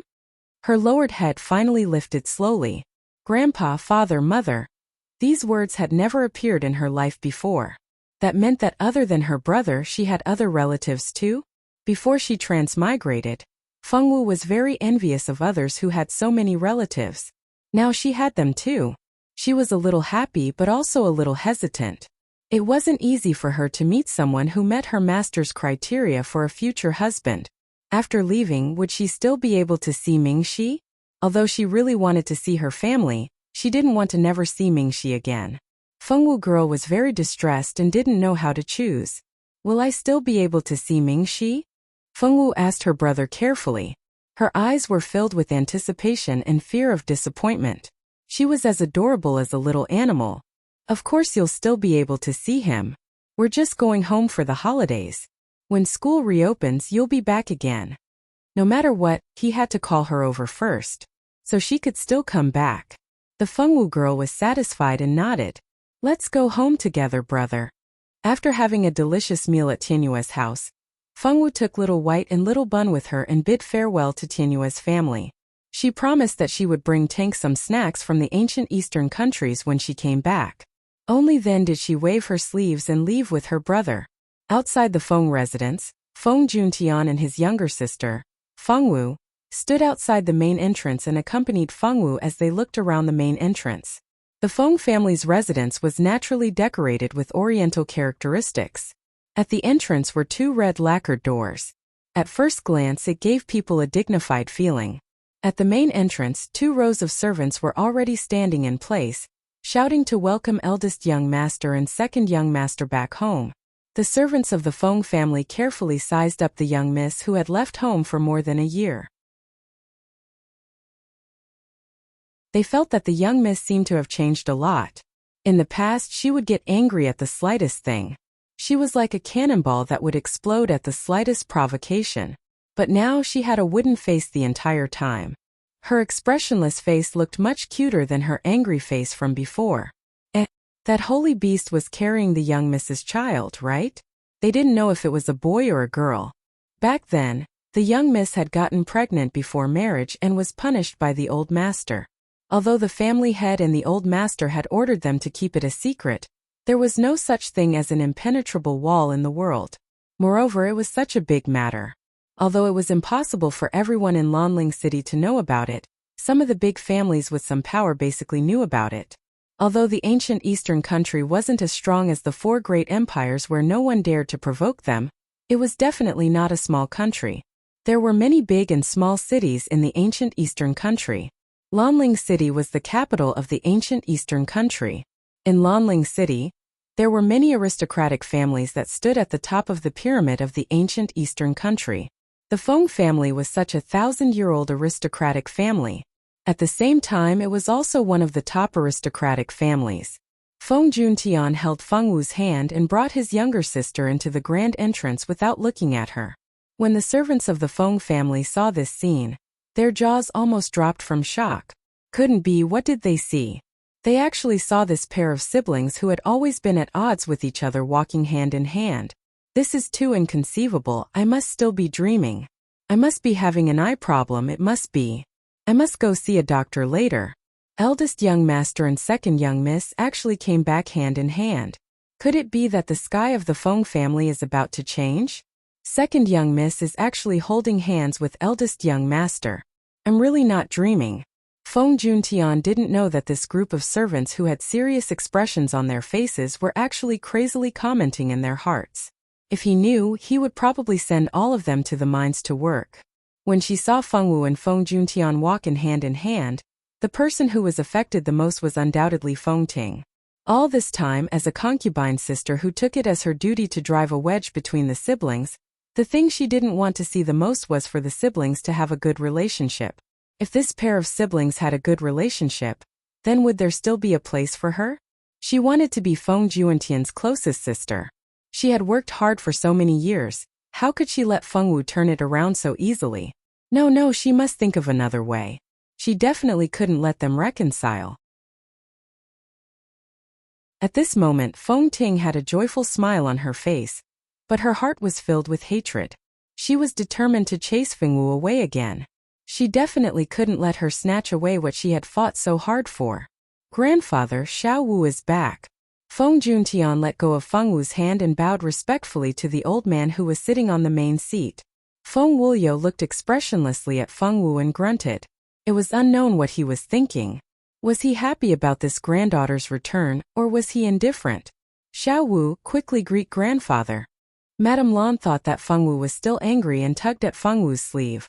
Her gentle face was filled with nervousness. Grandfather.